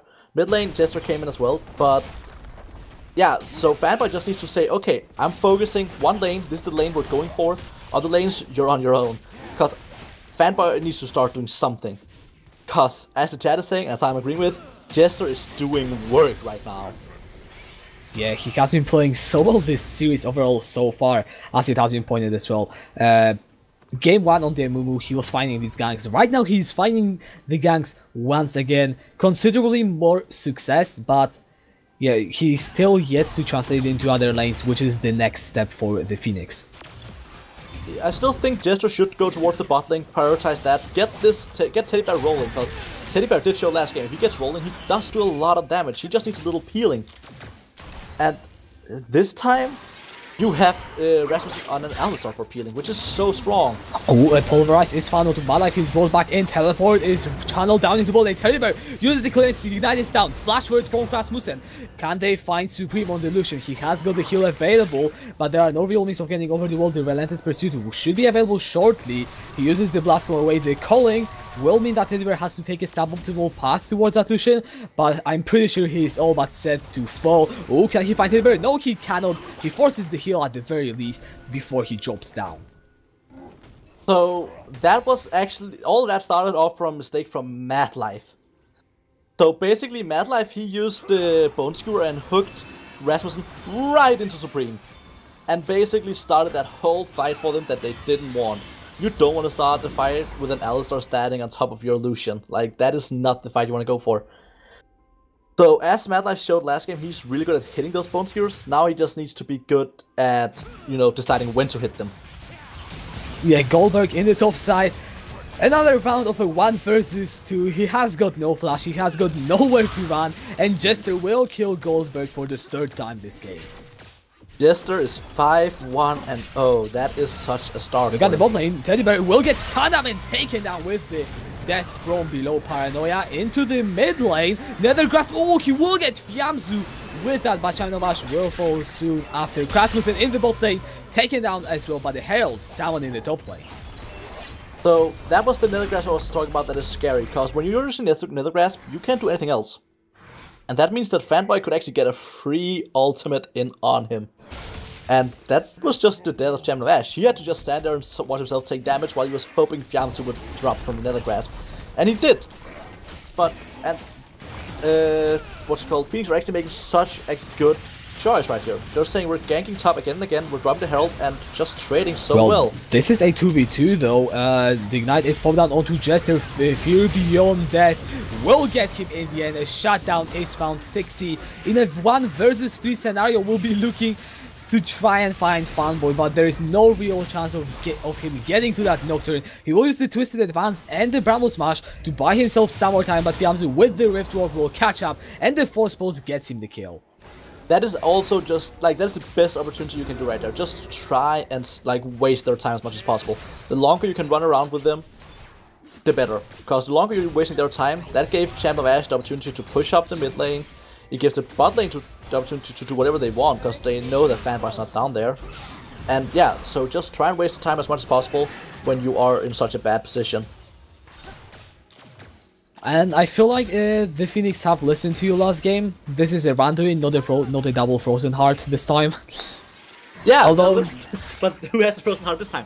It'll probably be built on Rasmussen though, if we think like a little. Bot lane.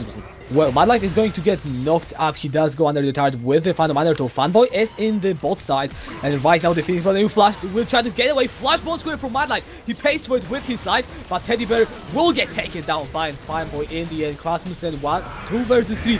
Paranoia onto the Alistar. The Pulverize will buy some more time, but Supreme gets the kill in the end. And the Always they are finally answering with some kills of their own.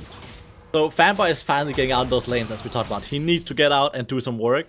And meanwhile, while Fanboy has been picking up the pace, Jester's been slowing down a little. He died in the top lane, he tried ganking a few times, but like he's been slowing down a little more. While Fanboy, he's picking up the pace, he's going for the ganks now. But yeah, it did end up costing another top turret doing this. And Phoenix has to be more aware of when they're using their teleports. All of these fights that's going on right now is because they don't have teleports up. Had their Champion of Ash teleport, he would have teleported down and that fight would look so differently. Or Stixie tried to run all the way down there because he didn't have the teleport ready. They should have made a decision saying either Stixie, if you have teleport down. If you don't, take the tower. They ended up going with a middle ground. Stixie now in the mid lane, 1 versus 3, uses the Nature's Grasp to buy himself some more time. Will get stunned out though, Jester is there. The death from below, from my life, gets the kill. Jester has to burn his flash to get away. I feel like this is a story I've seen before. Stixie and Jester against the world. They need to stop doing this. They need to get out the vision, they need to get control of where Mad Life is, they need to get control of where Fanboy is. Because those two are just running around and being everywhere right now. They definitely need to get up some wards and get way better control than what they have right now. And at 16 minutes into the game, we are pretty much dead on even in gold. Goldberg though will get a top lane turret, which will give Old Boys a half a dozen gold. But Paranoia into the bot lane. Teddy Bear uses the supercharge to get himself away. Mad Life is fishing for the hooks. The Bone Square lands onto Krasmussen, but it looks like it will be just a tense standoff and no kills will ensue. So that is what I talked about before, that Fanboy can't really get onto anyone. If he goes onto Teddy Bear, he will just... Woo! He's out of there. He's Fiams? so fast, way. Okay, there will looks like Jester tried to get his angle onto Fiamzu. Now he might be the one getting turned upon, but the Bone Square from Mad Life will miss, and both of these teams, they're just so eager to fight right now. You have got the Blade of the Ruined King onto Supreme. Ooh, Teddy Bear has to burn his flash as well, but Fiamzu is working towards his Rod of Ages, and this is the point at which the always mid-game Lucian will slowly come online. Definitely. So this is they're trying to set up around this dragon right now, which is, well, what you want to do. You have the Stixie teleport, so you can actually do it. Goldberg and Fanboy is both in the base. Goldberg has a teleport, but Fanboy, of course, doesn't have a teleport. So this is basically just a free dragon for them, but they need to get more out of this. That dragon is not enough. There's a bot tower that's so low. Problem is just Fanboy is moving down there towards that so fast that even if they're going for something, Fanboy will be ready. He doesn't have the paranoia, so that is a chance for them. Question is just if they're tracking the paranoia cooldown. They should be tracking it, because that is the best opportunity for them for getting anything out of this match. If they're tracking that paranoia, I was just brain farting. And if they're not tracking it, that can be so dangerous for them. Yeah, making sure that you know if the enemy has got the most important cooldowns can often mean the difference between a game that is won and a game that is lost. So far though, we are 18 minutes into the game, and the lead that Jester got for his team, it just really isn't there. All Boys actually being marginally ahead, or actually just fluctuating back and forth all the time, means that as the Baron is spawning in 2 minutes, we're once again even. If we're looking a little at the towers though, so basically we have Old Boys has destroyed 1 tower in the top lane, Phoenix has destroyed 2 towers in the top lane, and that's it. There's no other towers destroyed. They need to start opening up the map more, because those top lane towers destroyed does not open up the map. They need to get a mid tower or another bot tower, or like a bot tower, because that will open up the map more for them. They will allow them to roam more into jungle, it will allow them to set up more tower dives, more plays, it allows so much more. And that goes to both teams. Bot lane, Supreme has to flash away, Paranoia is coming in onto Teddy Bear, he uses the killer instinct, Krasmussen in the front line, looks to get cut down, has to flash away, the heal is there to try and save him, teleport is coming out, but Mad Life picks up Krasmussen in this 1-for-1 for now, Supreme on the Lucian, dishing out the damage, not quite enough to get Teddy Bear, and he'll stay alive. Jester with the double kill on the Lee Sin. Will they look for Fanboy? No, they will not. So that is the fight they won, and this time, what I talked about, the teleports, they had them ready. But the fight is not over. Goldberg goes into the middle of everything. Jester is in the backline, no ultimate available for him. Goldberg actually does use the Fear Beyond Death already, and the Nethergrass to lock down the Air God. should be enough. Third onto Fanboy, forces the flash, double nature grasp stun from Stixie, and Fanboy, ooh, the Sonic Wave misses, but the shutdown is still there as Stixie picks up the kill. That was such a well-organized fight from Phoenix, doing everything correctly. Going in and out of the fight the whole time, not going for long extended fights, because going in and out of the fights is definitely what you want when you have 2 Ocean Drakes. They're going out when there was chances of getting, like, when they were waiting for Jam of Ash to come down. When Jam of Ash came down, they went in again. That was, like, definitely what the fight they were looking for. They were getting down to the correct lockdowns. Jester was dealing the damage to the correct people. It was just such a great fight for them. And meanwhile, it was so unorganized from Old Boys. Old Boys were not going for, like, a coherent team. They were going in one by one. They weren't even, like, Goldboy could have teleported down a little earlier. He had teleport ready.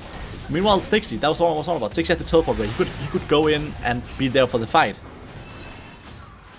And right now with that turret being taken, the Phoenix, they are once again, just like in game 1, finding themselves with control. Oh, look at Fiamzu, he's nearly dropped down, but not quite enough. Jester has to flash away himself to stay alive. A really close call, both flashes, but right now Stixie in a 1 versus 4 situation on this Maokai, and I don't care how tanky you might be, there is no way you're surviving that, as Stixie will drop to Supreme. That was just Jester being greedy. Like, there's no better way to say that. That was Jester being overly greedy. And there's no reason to be that. You're ahead. You've just shown them that you know how to do the team fights. Why go for these greedy plays? You're setting up. They're going to get free to set up Baron now. Because Jester was forced to back. And there's no one to really contest them now. They can't go for a fight. They don't have the Maokai ultimate. And they just don't have the Maokai at all. And Krasmussen is forced to use his Unbreakable Will. That is just an ultimate cooldown forced for quite literally nothing, and Old Boys, they are just biting back these small advantages that will over time amount to some bigger ones. Yeah, and right now, but there are champions who need to back, so we're actually seeing that Champion of Ash is finally backing. He was sitting on 4k gold. He definitely should have backed earlier, because if they back and get this gold spent, they can actually go for the fights instead of just having to fight while not having the proper items for it. A big point though is that Champion of Ash actually got the death cap second. That means he is going for pure AP, no utility, no stuff like that. He wants to dish out the damage. So the Nether Grasp and, well, pretty much any of his abilities, they will be dishing more damage than They're starting Baron. Yeah, the Baron is started right now. Malike is sitting behind the pit. Stixie on the Maokai, he is trying to zone out the members of All Boys. Look at Fanboy though, he has access to the Paranoia. There is vision in the pit thanks to Goldberg being behind there. The Baron is jumping off. Yamzu jumps in the middle of everything. Paranoia is now being used. The fight is blown open. Fanboy jumps in the middle of everyone. The Nether Grasp is used already. High gets one, and Yamzu gets another. A 2 for 1 already. Make that 3. And All Boys, they are getting the entire fight. They will get the ace for 1. And once again, they swing the fight around. They get the Baron, and they will get themselves in control of this game. So starting the Baron there made no sense for some different reasons. One, they weren't all there, so they had a lot of damage to it, but they weren't all there when they started. So a lot of the damage they had from, for example, Channel Ash wasn't there to do damage. They were already ahead, so there's no reason to really risk a Baron here. They kept going for the Baron, even when all of the team of Old Boys were around them, instead of turning on them. And the problem with starting Baron, the reason so many team fights will always be won if you're going to try and steal a Baron or do as Old Boys did here, is because Baron removed most of your resistances once you started doing the Baron. It will remove your armor, your magic resist, and yeah, that just means you're all so much easier to kill. That was a bad decision of taking a Baron. They should have decided to leave the Baron way earlier, get that debuff off them, and then turn for the fight instead of keep going. Yeah, and with that, All Boys, they are sitting at a 2000 gold. They will be looking for that dragon, easily going to secure it. Jester cannot steal it in the end. And right now, the Phoenix, they really need to make sure that they get themselves back in, because, well, Kai'Sa and Malzahar, they will be pretty decent in the late game, but this Lee Sin is just going to fall off and he will become more and more useless with each passing fight. So yeah, they definitely need to start getting these Sin kills onto other people. They need to get the gold onto other people, because Lee Sin will start turning more and more into a guy who's just there to insect people out of the fight. And he's not doing that right now. We actually haven't seen him doing an insect all this game. Ooh, Champion Novash in the mid lane. The Nether Grasp though onto Fanboy will buy some more second. Champion Novash will fall, but it will be traded 1-for-1. Rasmussen getting the kill. So, once again, a person you don't want the kill on. You don't want it on Rasmussen. He's not the one who's going to carry you. You want it on Champion of Ash. You want it on Teddy Bear. Like, but this is why fanboys. Stixie is jumping onto Supreme, and he will be locked down. Flash away, but not enough. A shutdown going for Jester. So, I think I'm not gonna get allowed to talk that much today. No, I don't think so. So, actually, this, once again, we're seeing them going for these picks as what we talked about in the draft that they want to go for. They're not a team fighting team, and we've seen that several times. Jester tries to go for the insect, however, right now Rasmussen is trying to follow up with the CC onto Fiamzu, who Rift walks away under his own turret. Goldberg in the top side is pushing still. Jester still stays alive. Teddy Bear is down. Double death, the double ultimate from Pi gets the double kill. Fiamzu on the Cassidy jumping in. Rasmussen is very low on that Alistar, taken down by Fanboy. Meanwhile, in the top lane, all this time, Goldberg has taken the inhibitor. So, as I was trying to say, and yeah, there he finally falls down, Stixie. So, as I was trying to say is, they don't want to go for the team fights. And Champion of Ash uses the Nether Grasp onto Goldberg, but he gets pulled in with the Fear Beyond Death. And that is another ace for Old Boys. So, Phoenix are not a team that has picked a comp for team fights. They picked a comp for picking out. That's why the fights they like is where they can go in, get a pick, back out, go in, get a pick, back out. Like we saw in the bot lane last time they won a team fight. That was actually the last team fight they won. They're not gonna win 5-on-5 team fights. That is not their team comp. They need to realize that, because Old Boys definitely realize that they're stronger in the 5v5s. G-Friend's Paranoia has been used for the disengage, making sure that the members of Old Boys can just get back into the jungle, clear out some vision, and probably go for the vehicle. But yeah, like 5v5 teamfights definitely aren't the way for the Phoenix to win this game right now. Jester is jumping into 3 members right now. He does get the red buff at least in the end, but it could have been so much more dangerous. So yeah, they're just backing out once again, regrouping, getting back, using some of all that gold they have. They're actually not sitting on too much gold. We're having Fanboy sitting on 1.3k, 800 gold on Supreme. They're not sitting on too much, but they are just wanting to back, reset, and go back finding the fights. Because if you look at it, 4 of the 5 members on Old Boys right now are sitting on shutdowns. That is a lot of gold to be picked up, but that also means that you are probably behind. If that is the case, and the Baron is spawning in just 1.5 minutes. Fiamzu has got the teleport, so we will most likely see him in the bot lane. I just want to turn your attention into Fiamzu's inventory and call out the first thing that captures your attention. What, on Fiamzu's inventory? Yes. Oh, he actually went for the Soul Stealer. Yeah, he has got the Magi right now. This means that any other kills he gets, and in this fight he actually has been playing well. I believe that he might have died once, or I don't even know, but he has been doing his part in the team fights, which means that this Magi will get stacked. And it will be very scary to see a Kassadin with potentially 25 Magi stacks. But right now in the bot lane, Goldberg will be looking at a potential 1 versus 3. Rasmussen is coming in on that Alistar, uses the headbutt to bring the Urgot closer to the tower, pulverize to knock him up, and the shutdown lands into Champion of Ash's pocket. Yeah, and he got the shutdown with his Nether Grasp. That is a interesting use of it. It has a low cooldown, so it's not going to cost him too much. But there was no real reason to use it there. They had that kill no matter what. But that is what they need. They need to get picks. They do not need to get fights. They need to get picks, and they're doing that now. If they would keep doing that, this game is still they still have a chance for this game. Yeah, Rasmussen is behind the dragon right now. It will be secured by Fanboy. The Unbreakable will, though, has been used in the Headbutt Polarized. Going onto the Nocturne Teddy Bear is there with the damage. Stixie falls through the Maokai. Teddy Bear jumps into everyone on that Kai'Sa. He will get immediately punished as Fanboy gets the kill. Double knockout from Rasmussen. But look at Fiamsu having so much damage. Mad Life with the shutdowns from the ultimate gets the kills. And it is 4-for-1 in favor of Old Boys. Jester trying to run away from the Cassidin, but he just cannot do this. The Zonias has been used. Maybe he can actually find it. Oh, the juke from the Sonic Wave and the ace for the Old Boys. So, yeah, I'm repeating myself. They're going for fights when they should not go for fights. They are not a team fighting team. They are a team going for the kicks. But yeah, that ended up costing the game, not realizing that in time. And Kai'Sa got to scale, or Kasten got to scale, so it's a GG. That means game 2, once again, goes to Old Boys.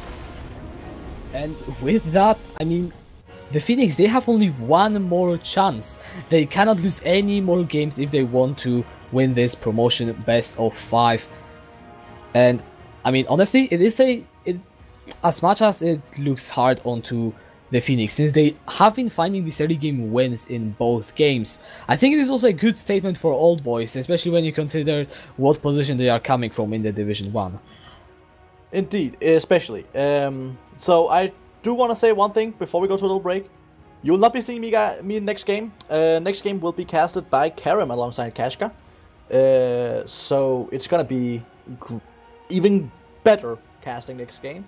Look forward to that. And yeah. we'll see you after the break.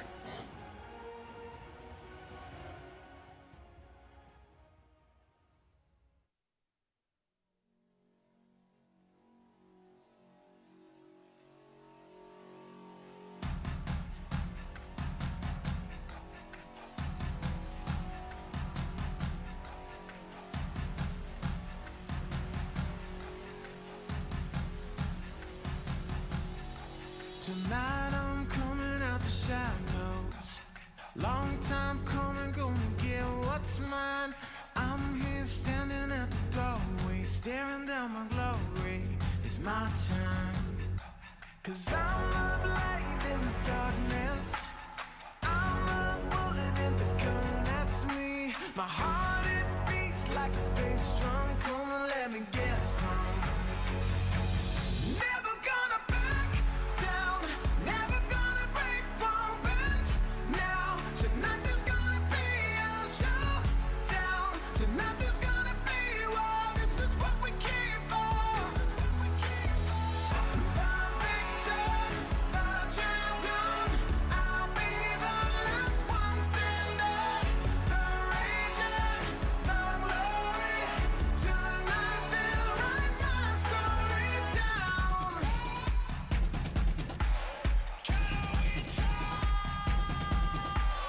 Time goes by in a moment. Can't think now, only got one shot. It's all on me, gonna own it. Running to the top now, I won't stop. 'Cause I'm a light in the darkness. I'm a bullet in the gun, that's me. My heart, it beats like a bass drum. Come and let me get some. Never gonna back down, never gonna break, won't bend now. Tonight there's gonna be a showdown. Tonight there's gonna be war. This is what we came for. The victor, the champion. I'll be the last one standing. The raging,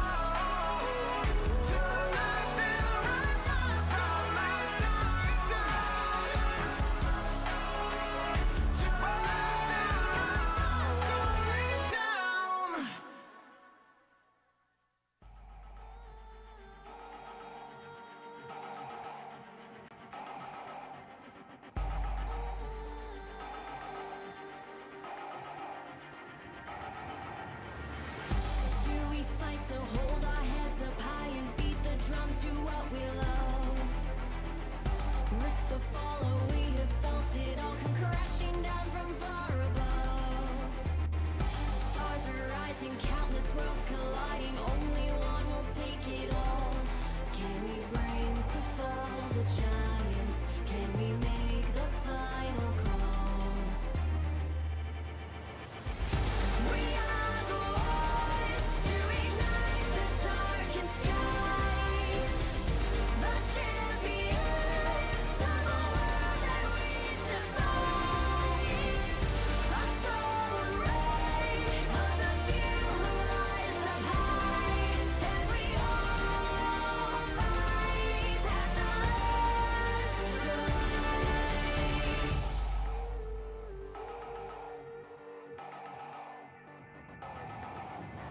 Hearing voices from afar, join the madness when the curtain falls. Risk it all, hold nothing back. Seize the day, we must attack. Stars are rising, countless worlds colliding. Only one will take it all. Can we bring to fall the giants? Can we make the final call?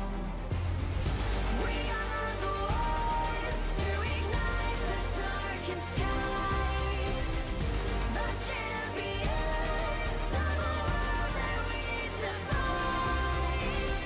A soul ray of the few who rise. Hello and welcome everyone. We are going into Game 3 Pick and Ban. I'm still Kachka, but my color has been swapped and now I have Karen with me. Indeed, it is your favorite color caster, as Milo said, is apparently going to be even greater, so he's already admitting that he's the inferior analyst, but alas, thank you for having me tonight. In the first two games, it was a struggle for Phoenix, I'm going to say, to really close the games out. They threw them a lot, but alas, I don't have much to talk about, and the bans are awfully similar, except for the Lee Sin and Pike. Yeah, finally the Phoenix getting rid of the Pike. My life has been so good getting the executes whenever he needed to. Nocturne also taken off. Not surprised to see it. Fanboy has been pretty good at diving the backline consistently. And, you know, and Teddy Bear helping him in that last fight in the game 2 as well. Yeah. So, yeah, just banning that makes a lot of sense. Yeah, Jester was also just super influential in the second game, however, the problem was he could snowball himself. Sure, he couldn't snowball the rest of his team, and he just fell off and couldn't do anything. Now, Cho'Gath being locked in really solid top laner goes really well with Stixie's kind of play. On the other hand, Lucian Alistair, one of the most aggressive lanes that you can really go for, especially post level 6 when Lucian gets the culling. So already going once again for something that aggressive from Old Boys, meaning that they want to close this game out just as early as the last one.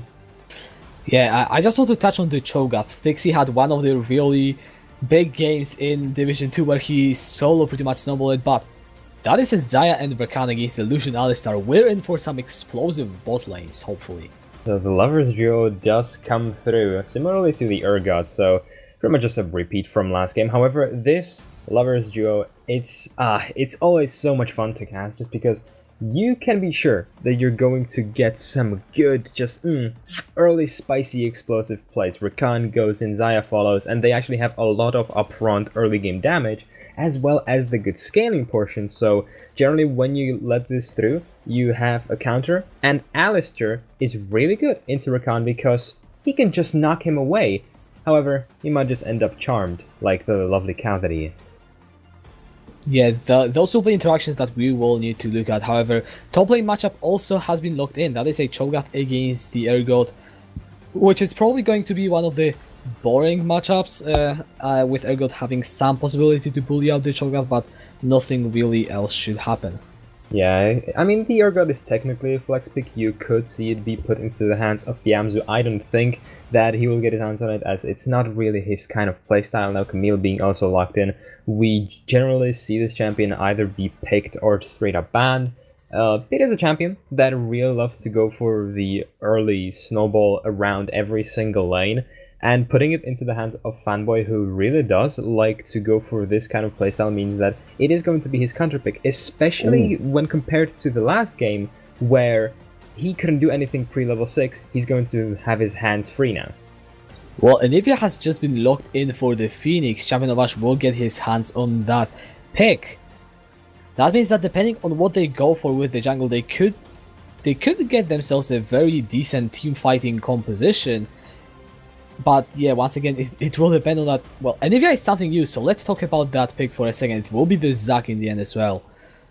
Okay, so right now, I'm liking the draft from Phoenix. They have good early game damage in the form of Xayah and Rakan. They have strong mid game as well as late game. However, the problem that I'm seeing is when you isolate every single one of these laners together with the jungler, you will end up with relative weakness. So Old Boys can look to go for these picks and do something that they did in the second game, where they just got a lot of these solo kills, and in the end it just turned the game around. So once again, Phoenix have to stop mispositioning themselves. It is something that has been clearly plaguing them, and if they just step out of line for one moment, you will have this Alistar bashing his head into you, you will have this Camille with her X-Deck ultimatum, and if it goes into the late game, Phoenix still will have the upper hand at pure team fighting, but they will again have to mind this Kassadin. So with how the games have been going so far,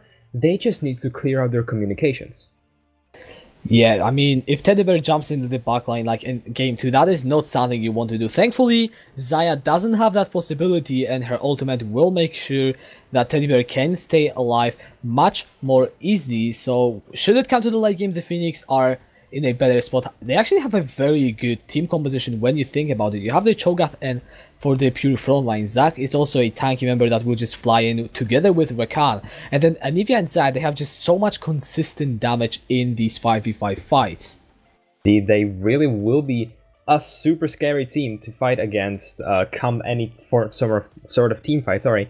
However, again, Old Boys, they have the better snowball, especially in the bot lane where pre-level 6, before Xayah actually gets access to her Featherstorm and Rakan to his quickness, they will be very, very vulnerable to Alistar and Lucian. They will have the sorts of better level 2 power spike, you could say, but past that, until they hit level 6 and their ultimates, they're going to be super weak, especially if Camille decides to pay a visit and lock someone down, because Xayah has no form of self-sustain outside of the Featherstorm, and Rakan isn't the best peeling support, so I'm expecting Camille to do a lot and spend a lot of time around this bot side of the map. And Camille as a jungler is a pick that is really annoying if you can pull out these level 2 ganks, because they are just so powerful if you do them right. Just flying in with the E when an enemy laner still has level 1 will get you the kill 9 out of 10 times if done correctly. So I'm looking at Fanboy which side of the map he will start, how he will decide to play around that, and obviously, you know, if he can net that into some bigger advantages. Yeah, I think that playing around the bot side of the map is the best call for him. However, he could also technically pay a visit to that Urgot once in a while. Getting a couple of kills onto your Urgot is always the best call that you can... Well, not the best, but it's a really good call that you can have, especially when you're up against a relatively immobile champion like this Cho'Gath. Whenever Camille just comes around, well, he cannot escape. He's just going to get cut down if you don't allow him to get those stacks. So I'm just looking at if Stixie can have a really good game, similarly to how you mentioned in the past, and can perhaps solo snowball himself against Goldberg, because he has shown some weaknesses lately. Yeah, Stixie on the Cho'Gath, I mean, Goldberg's Urgot has been very strong in game 2, and overall, whenever he had got his hands on that pick, he has been a strong player. But Stixie also in Division 2, the game that you mentioned, he had a game on Cho'Gath where he actually snowballed a matchup I'm not quite sure what against, but he really shouldn't win that game or that matchup, and he ended up being 9-0. So Stixie being on the Cho'Gath, I am excited to see if he can replicate that against the Old Boys, because to be honest, so many of these lanes can be explosive. We talked about where Fanboy can gank on that Camille. Well, how about we're going to look at where Jester can gank on the Zac, because Zac is a champion that has such an easy gank setup. So, similarly to how Fanboy can go to several lanes, that's the same story for Jester. He can go around mid lane, which we actually haven't talked about yet, but I'll come back to it later. But he can also go to bot lane, where if he gets good engaged together with Rasmus and Teddy Bear, they can still make something happen. It's going to be about where the junglers actually go and when they decide to pay a visit to this bot lane, because that's going to sway the balance of power significantly. Now, about this mid lane. So, Anivia, for anyone who doesn't know, can become a really strong lane bully, especially once she gets her hands onto a tier.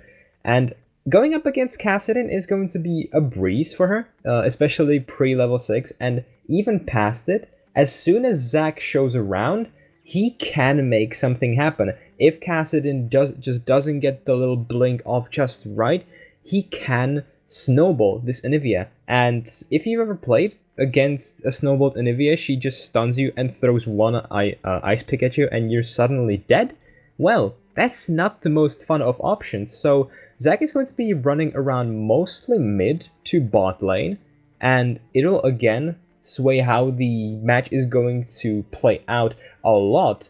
However, once again, more than anything else, I'm just looking at how the Phoenix can actually fix their problems, because it's not that they're playing bad, it's just that they're in the wrong positions at the wrong time.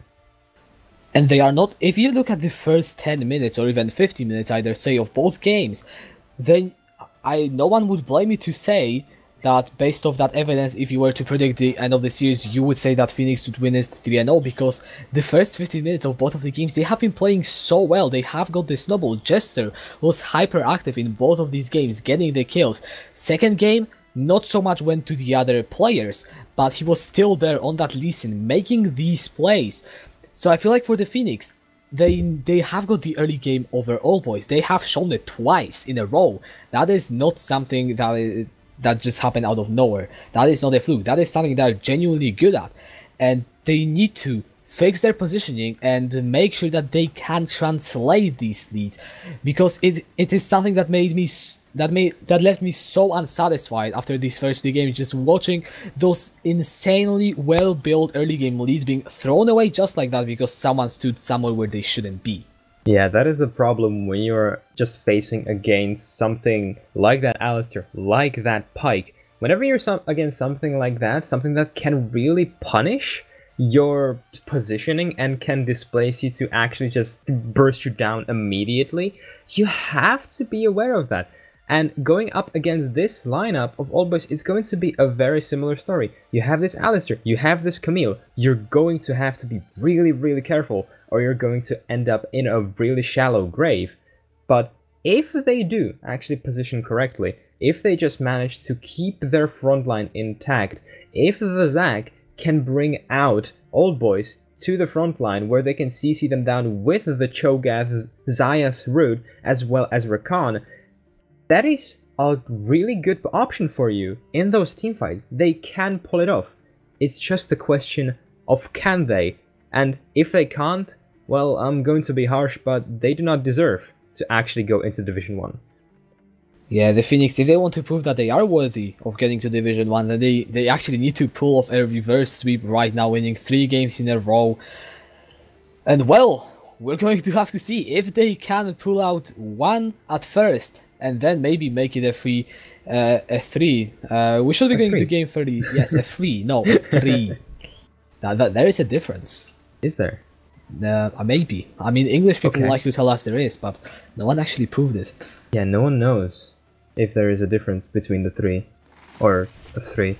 Okay, let's just move on from that rabbit hole, because that is just a whole another can of worms that I don't want to open.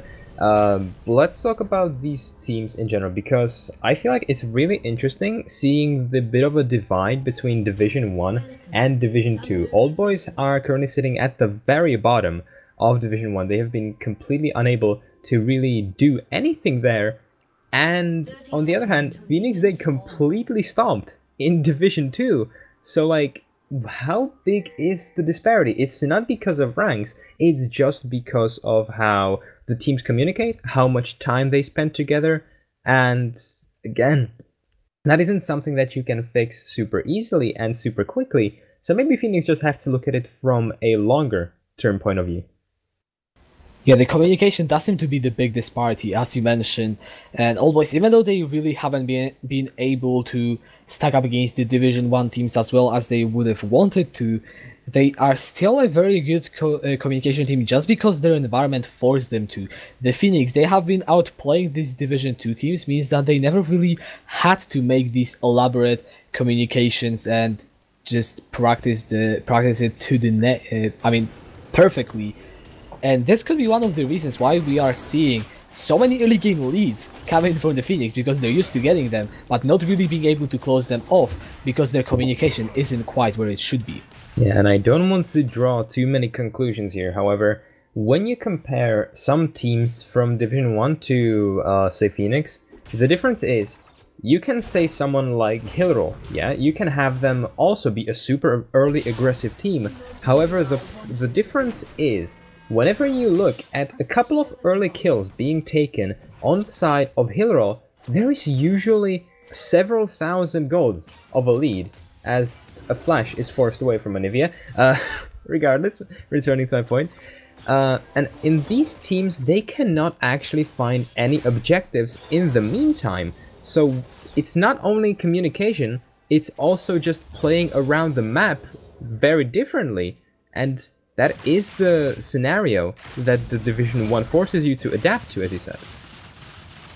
Yeah, so far, not much happening apart from that flash being forced, Fanboy just paying a visit to the mid lane. He's now sitting in a topside brush, could be looking to punish Stixie if he overextends. So far, Jester not in position to gank any lane whatsoever, so he won't be making any influence. Fanboy is now moving up. The Rapture will land onto Goldberg by some more time. Stixie tries to run under the turret. A nice silence will make sure that he gets away. Yeah, really patient from Stixie. Not bursting out any of his summoner spells just yet, keeping his hands on that flash, at least for now. Yeah, look at Jester, he's charging up the elastic slingshot. Ooh, a nice headbutt from Madlife. Will buy some more time, but Supreme is still brought back in. Teddy Bear is calling the blades and gets the first blood. Ooh, and Top that... lane.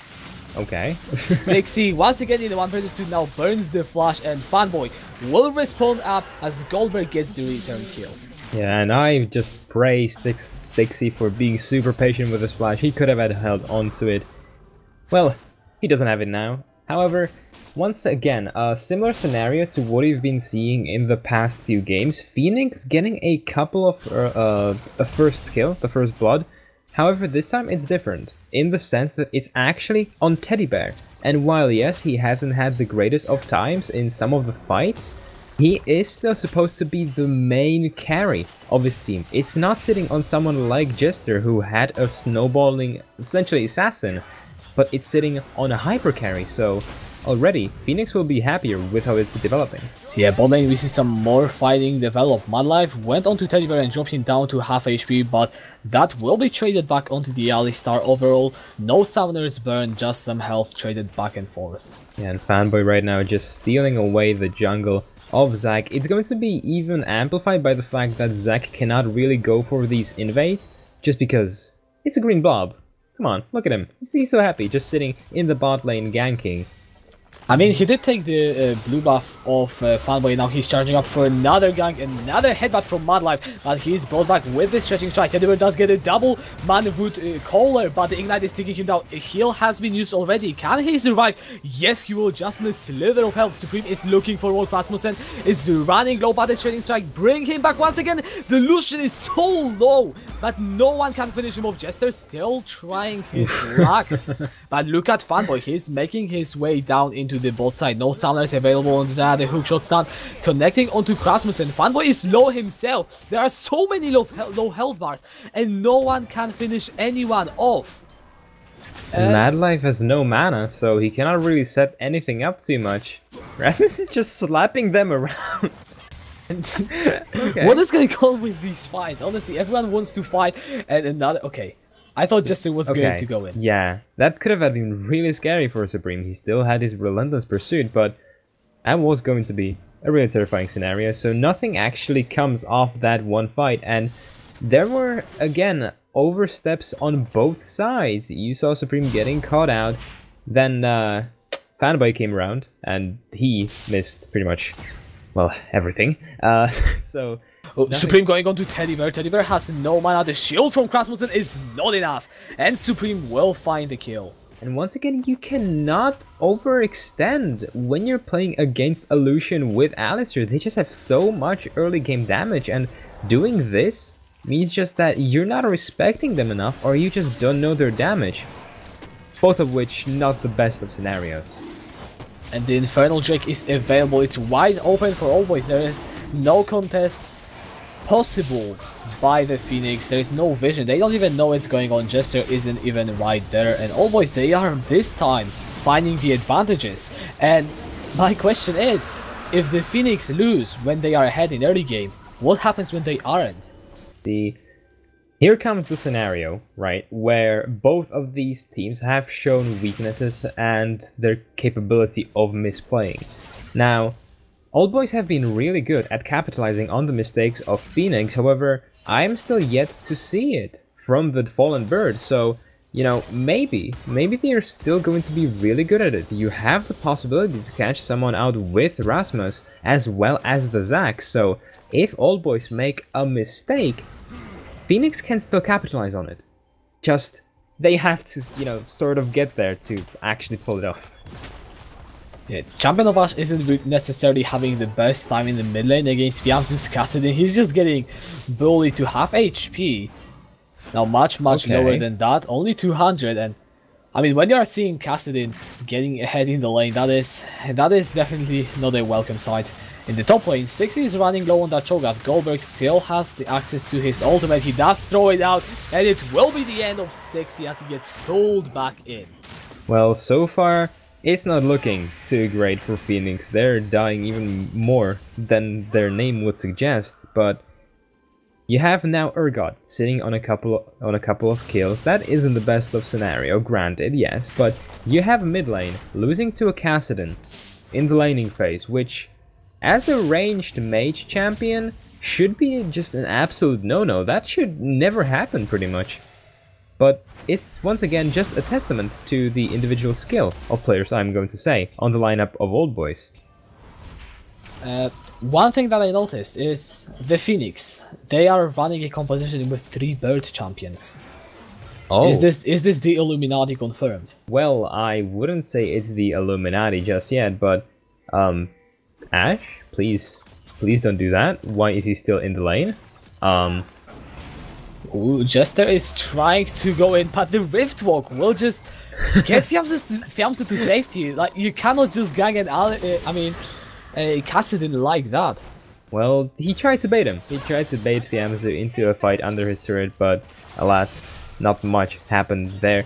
But yeah, to return to the point on the bird champions, during the Wintersplit, I believe I called it that it actually gives you a hidden box. A double pulverize coming in. Crash wasn't getting a knockup though onto Supreme, and both of the Boldays are running out. Teddy Bear gets 1 kill, and the bot lane from the Phoenix turned the fight around. And this is the capability of that Rakan. If he can get the charm off, if he can just knock them up, there is nothing that they can do. And Xayah does have that damage, especially when you pair it up with the now empowered turret hits. But now in the jungle, Champion of Ash is in trouble. Ultimatum onto Champion of Ash. He's just taken down immediately. Fiamsu jumping forward with that Rift Walk. Let's bounce, bring both the members under the turret. Fiamsu will be taking some more hits than he maybe would have liked. Jester pops into the self-division but gets the kill anyways. And the bottom of the Phoenix is still hammering on that turret. And I just like to call this, whenever you're going into the cell division and you actually get a kill, the attack of goons. You know, just because the minions actually killed them there. But Okay. alas, a couple of kills. Well, a kill being traded on both sides means that right now Mad it's Life. going to be pretty even, but Yeah, Mad Life is going for one more fight. The Ignite is down onto Teddy Bear. Rasmussen will be taken down with an auto attack from Supreme, and Teddy Bear has to back out. and this is again, this should not happen when you are playing like a scaling hypercarry. Or, well, anyone in general. You want to get those leads, and yes, at this point, Phoenix wanted to amplify them. I understand, they went for the plates, but again, they overextended, they overstayed their welcome, and they just gave one more kill over to Supreme. And if there is one thing that should be known about Lucian, is that if he gets a snowball in, and there is no stopping him. Yeah, we... Well, there is, but you know. The only stopping really is outscaling Illusion, which takes about 30 minutes by Zaya to do if Teddy Bear doesn't fall massively behind. So yeah, there won't be too much stopping, since by that time Fiamzu will pretty much take over the ball of being the main carry. So I definitely see where you are coming from with this one. Supreme, he's still though shoving this lead interface, but he might have that overstayed a double knock up into the double charm, and Jester comes flying in onto Mudlife, who doesn't have his ultimate, doesn't have the flash. Teddy Bear gets the pick off. And he's just made into a nice little stake, but alas, this is, again, Rasmus is going to be the main setup for every single team fight that Phoenix want to pull up, and he has shown it a couple of times. And he is capable of doing this. He is capable of making his opponents uncomfortable with the position that they have found themselves in. Now the problem is that they just overstep together with Teddy Bear, and they give away these little leads so that they cannot actually fully snowball them. Now luckily it's the first turret, so, you know, they're still not going to be... Look at the mid-lane champion. That is just sad. That is Champion sad. of us tried to go for the kill onto Fiamzu, but Fanboy just comes in, is like, what up, and then Champion of us just What dies. up? I got a big hand, as they say. Now, Jester, yeah, there's some more fighting. A double polarized coming in from the Wildlife Teleport is coming down from Goldberg. Rasmussen already taken down by Fanboy. Jester just gets the hell out of there. Teddy Bear is in between a rock and a hard place as Supreme will get the kill a little later. Finally picks it up. His third one on the Lucian, and the Infernal Drake is wide open for the old boys. every single one of these fights... Oh, Jester! Oh, he steals the dragon. What a lovely green bomb. This is peak performance. You may not enjoy it, but this is what the best human body looks like. Jester, what a beautiful man. So taking that one Infernal Drake away from the hands of Old Boys means that at least, you know, there won't be that big offset of balance between the damage come mid to late game. Well, there still will be, but at least it won't be forced by the Drakes. So right now, 2000 gold lead sitting on Old Boys. They'll be really happy with how it's playing out so far.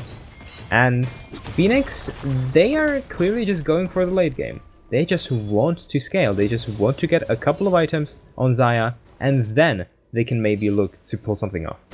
The problem I have with scaling for the late game is Fiamzu's Kassadin. I'm not necessarily saying that he's outscaling an Anivia and a Zaya, but last game he has been very influential when it took him a while to complete his World of Ages. He has it already by 14 minutes, and this guy is going to be very, very scary once the late game hits. Indeed, in the Wintersplit, whenever he has played this Kassadin and actually managed to get himself ahead on it, he was just an absolute monster and a terror to anyone that he was facing. And right now he is looking to be just that. And the game has been paused. Apparently a headset problem. Yes, I mean, you cannot have headset problems. It really does mess up your communication, and, you know, it's going to be a quick resume though, from what I see in the chat. So okay, we're good, yeah, boys. We're good. It's alright. So yeah, getting this Kassadin really, well, not really, but getting him a bit fed, getting the Rod of Ages super early, and as well as him having that tier, means that he's going to be dealing a lot of damage come mid game. In the last game, Phoenix actually had an answer to it. They had the Malzahar. This game, the only real person that can reliably CC down Kassadin is going to be Rasmus again on this Rakan. However, when you think about his role, he's also supposed to be the main engager. And that is really the problem, like, what do you go for? Ooh, Goldberg actually forced to use the flash in the top lane. I'm not sure if you knew that Stixie's Feast wasn't quite yet available. Will still mean that the Urgot is without his summoner. But overall, if you look at the game state, Old Boys are 2000 gold ahead at 15 minutes. And the Herald is up. it could be the next objective that the teams decide to play around. Indeed, and however, Jester is in this top lane. Yeah, no flash on Goldberg, as I just previously said. Stixie now has got access to his ultimate. It will be the shutdown going in for Champion of Ash. That was actually a really big overkill with sending the bot lane there as well. Using the quickness on Rasmus means that it will now be traded top lane for bot lane turret, and I'm not quite sure if you needed that many people there. Oh, Champion of Ash blocking with the Crystallize, but it still really isn't enough. The Hextech Ultimatum pops him down into the egg. There is no way of him getting up his kill. I mean, he will be traded for the topside turret as the rest of his team will be going for the tier 2. Well, I suppose that answers my question, if that was worth it. The problem is, they're going for the tier 2. However, the same story is with Supreme in the bot lane. Remember, the turrets have no resistances compared to how they were last time around, so putting that many people into one lane... Wait, Goldberg looks to be Goon Squad upon once again. There's really nowhere that this Ergot can run. But how far Phoenix are willing to trade? They are losing their tier 2 mid lane turret and tier 2 bot lane turret, but they will be trading it for the topside inhibitor tower. And the recall just takes so long for Oldboys to actually get it back. Wow, well, this is probably a 200 IQ play while I'm just sitting here with Pesky 20. Please take it. Okay, well, they're not gonna. No, they will not take take it. They don't have landing onto Krasmussen. He has to flash away still.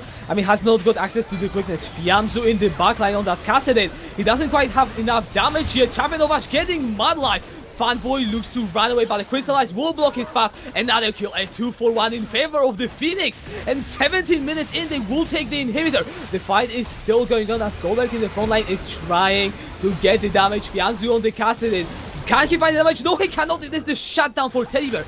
They will sacrifice Jester, most likely. Oh no, the teleport from Stixie will save his jungler. And Goldberg, he has got the shield, cannot run away. He will get taken by Teddy Bear. And what is going on? This, you know, I call myself the superior analyst, but I suppose my brain is too small to comprehend what the hell just happened there. That was a really messy series of fights, but Phoenix in the end do come out on top. Once again, they didn't have to stay there. they should have had this back. My life is committing onto Stixie, but he will get stand up, and well, that is an overextension. There is no other way to frame it, as Champion of Ash fancies himself a killing spree. And I feel like there might be a curse concerning getting ahead in the early game in the series. Well, if it goes on like this, and if Phoenix actually do turn this around and win the game, I'm just going to say, stop trying to snowball. Just, you know, play purely for late game, because the opposing team is going to throw it. With this inhibitor being taken, it's going to mean that you will have now one person almost always in the top lane, just because he won't have enough damage to actually deal with these super minions. So that is going to be really influential. Now, Infernal Drake is being done by Fiamzu and Fanboy, and the lineup of Phoenix actually have no notice of this. Yeah, now Teddy Bear is there. Ooh, he doesn't steal it with the Blade Caller. Krasmussen, though, on that Rakan is sitting there. Fiamzu running down. He will get knocked up. That's how the Rift works, but cannot use it. And Jester picks himself up the kill. And a nice thumbs up from Fiamzu as well. Just really applauding the effort of Phoenix. And so far, Phoenix, they're slowly getting their way back into the game. They're slowly climbing their way back into the saddle. The lead that Oldboys had built up has been completely nullified. The Herald is going to be started, I'm going to assume, as Oldboys have literally no vision on it. Well, they do have at least a notice that it is being done. However, they aren't really in a position to contest it, at least as of right now. And this just means that Phoenix will be able to try and push another lane, where in the other one, they will just have these super minions hammering down away on the just poor pesky normal minions of Oldboys. And Teddy Bear has in the middle of the fray picked himself up 6 kills on that Zaya. They will be popping down the Herald in the mid lane, just looking to break open this standing gold. Fanboy, it's only this side, so look at the possible engage. I'm sorry, that Herald is just too funny. Oh, the double knockout coming in. Fanboy's in the backline. Pay your attention to Teddy Bear. He does use the Featherstone to cancel the Hextech ultimate, but Fiamzu is still hot on the heels. Ignite is down. He takes down Krasmussen. And the Jester in the backline will also be taken out. A 3-for-1 in the end, a 3-for-2.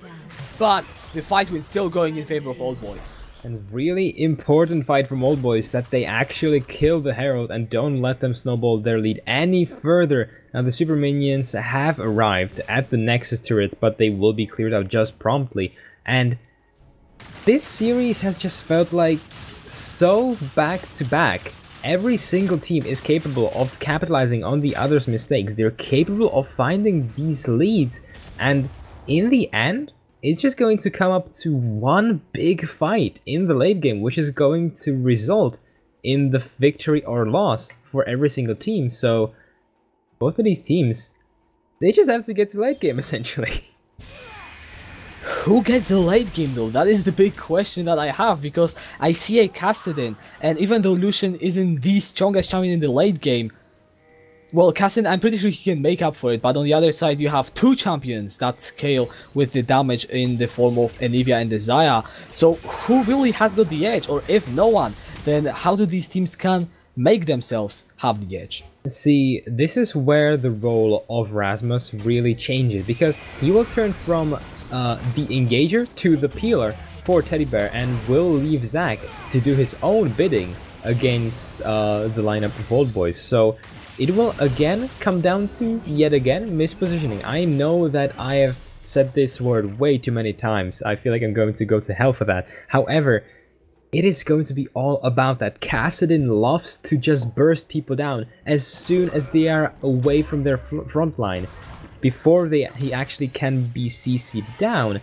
So it will come down to, can Phoenix actually keep a coherent front line and keep their carries in the back, with Rasmus being there to shut Kassadin down. Jester flies into the middle of the fight. He does not discharge shines on Supreme Flash, but it's still found in the end, and Krasmussen gets the knockout. The Lucian will be shut down. Teddy Bear getting the gold, but can this pick turn into something more for the Phoenix?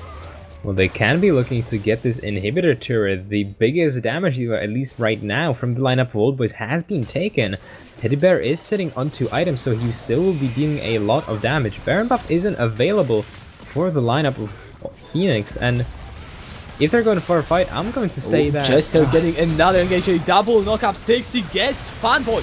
Teddy Bear on the back, and now Fiamzu jumps onto that Zaya. The Zac will report back into the cell division, but 3 members are already down for Old Boys. The 4th one drops down, so Supreme has respawned. Fiamzu is just unable to find any significant damage. The calling is coming out from Supreme, trying to clear out the way force of the Phoenix from that inhibitor, but it will not be enough. They will take the mid inhibitor, and Jester, he is looking for more, but the Phoenix realize they might be overextending. They can go for that topside in hit, but they need to be quick.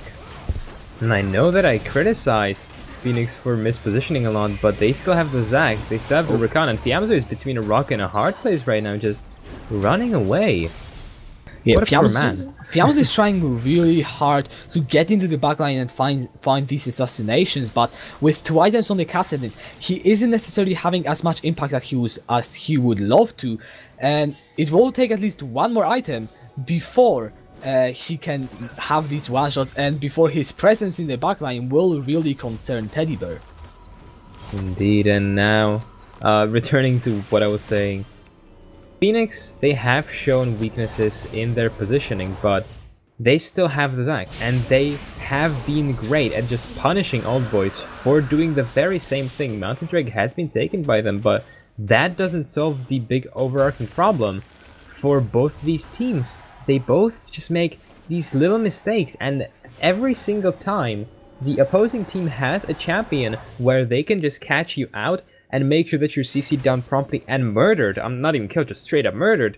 So at this point, I am just seeing that Phoenix are answering my question of, can they actually do the same that Old Boys did to them, and they're just doing them dirty.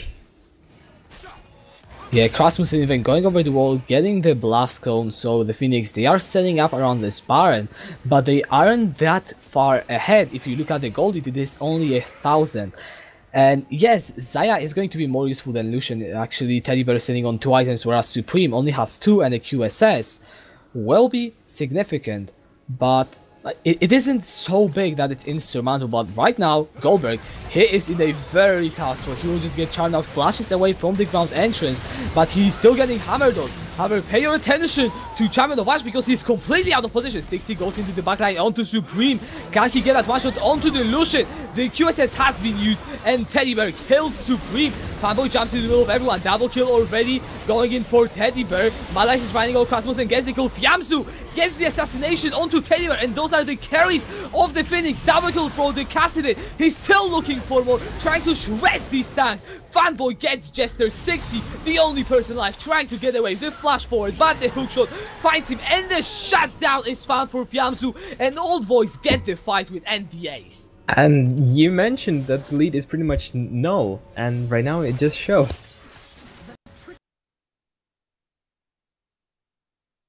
Yeah, that lead, honestly, it has been closed off completely. We have 1.3k gold advantage in favor of the All Boys right now, and yeah, it just isn't fun for the Phoenix, because once again they look like they are in control. Once again they look like they could close this game out, and once again All Boys come in, win a fight due to Champion of Ash's mispositioning this time. Yeah, right. Yeah, sorry. and that is thrown. Indeed, and every single one of these fights is just so messy from both sides. It is always just so chaotic. Everyone is fighting everyone. Everyone is just throwing all of their abilities, just mashing their keyboard, hammering away on it. And I feel like nobody really knows what in the living hell is happening there. And at that point, Fiamzu comes in. He has a couple of items now. He has the fully stacked Rod of Ages, he has the stacked Seraph Embrace and the Lich Bane. So he will start to deal some serious damage, especially if he has that Rift Wall scaled up. So, you know, in a chaos, Kassadin thrives, and every single fight has just been so chaotic that there is nothing that Phoenix can do against Fiamzu as long as he's out of vision. They really need to find a way to lock down this Kassadin. Ooh, Fiamzu nearly got caught out by the Flash Rust from Champion of Ash. Not quite enough in the end.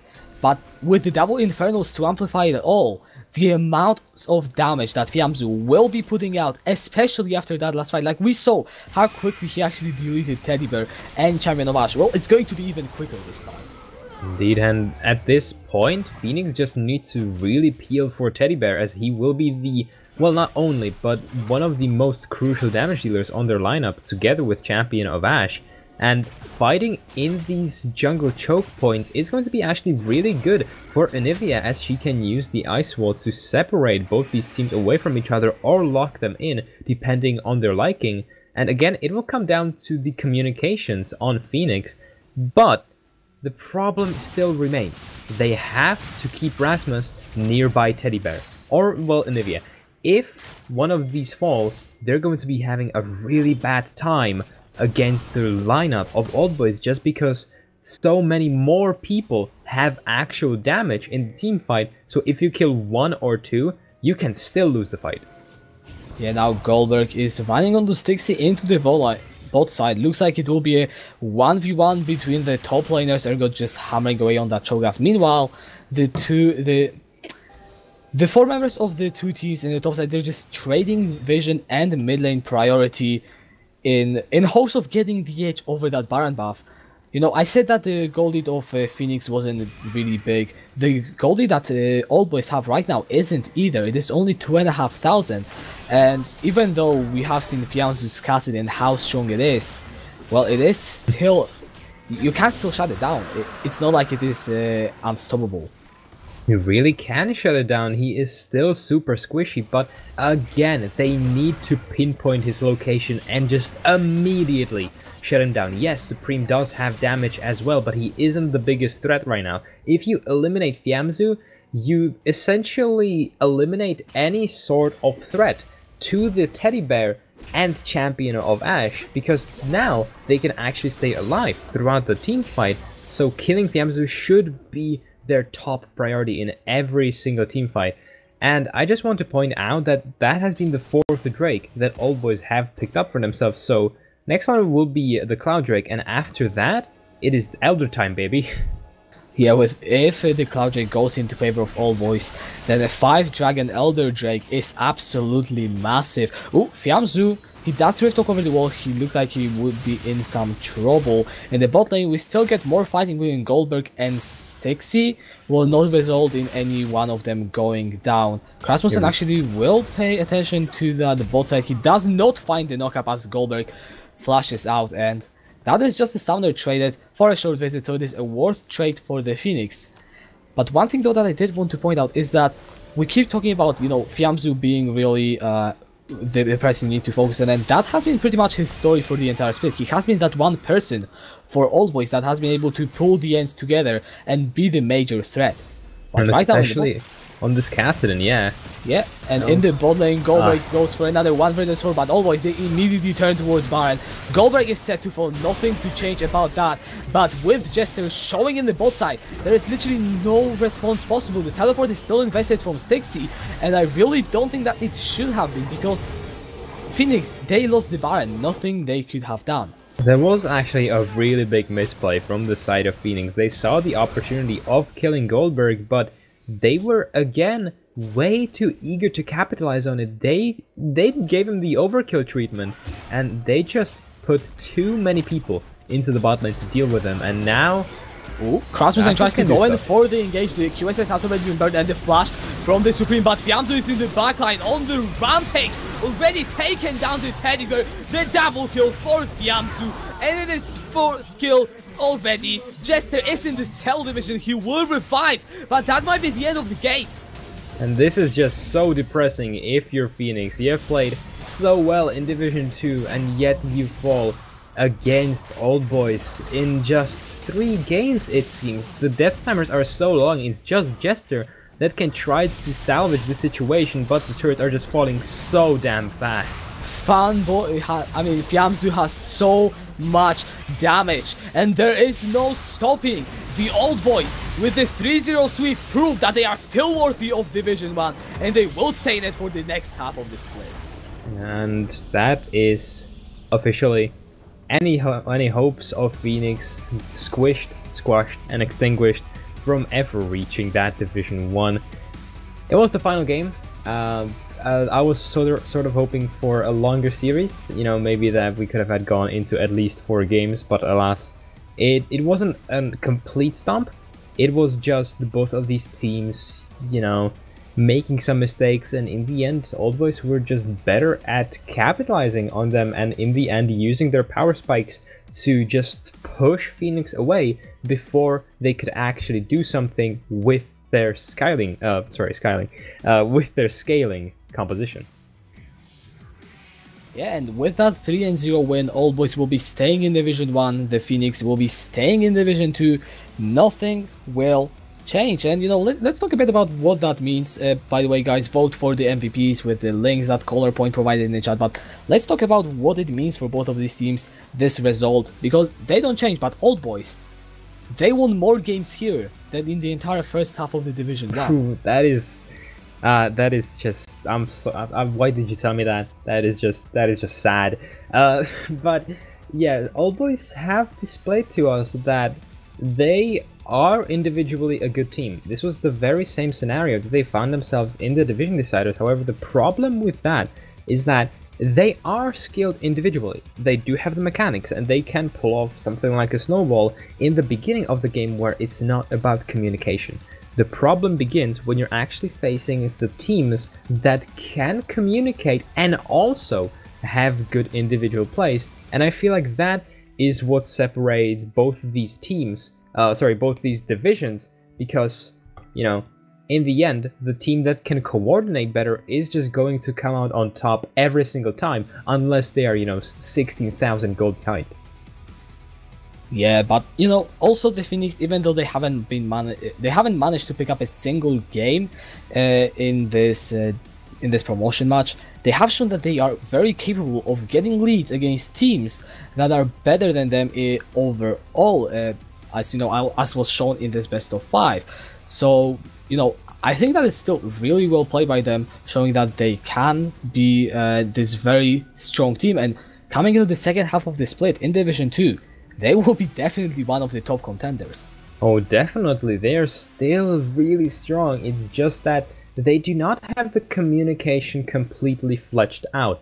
And this is just done, they can fix this by just being together and actually playing together for a longer time. They shouldn't just focus on improving themselves just champion-wise, which I feel like most of the players that play the game talk about, like just getting yourself better at actually playing the champion, the mechanical stuff, the most flashy stuff, you know, yes, that's all good and done, but actually working out your communications, they should put a lot, and I really mean a lot of effort, because in Division 2, they've got it down. They're pretty much better than any other team out there if you put every single member 1v1 against the other teams, but they just have to learn to work together and they have to work on their cohesion. So if they manage to fix these problems, they can be a really, really scary team. And, you know, maybe in a spring split, which I'm not sure if there's going to be, but if there is, then, you know, in the spring split, they can be one of the strongest teams, I believe. Yeah, I mean, I have to agree. So, yeah, Kassadin is broken. Fiamzu, I kind of have to agree with that one.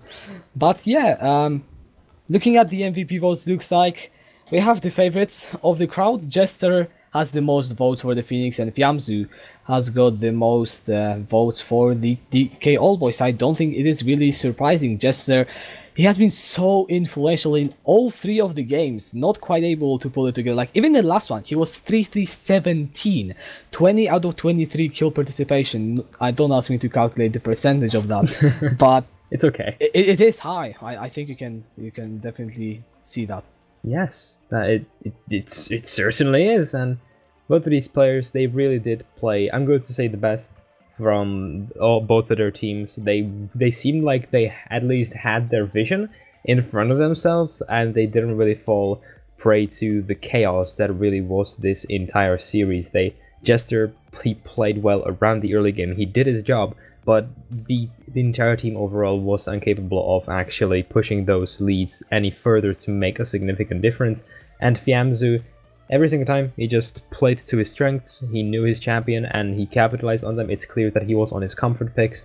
And yeah, I'm just going to say that both these players, without them, I'm guessing that the teams wouldn't have won. Yeah, and I mean, this will be it from us tonight. I feel like so.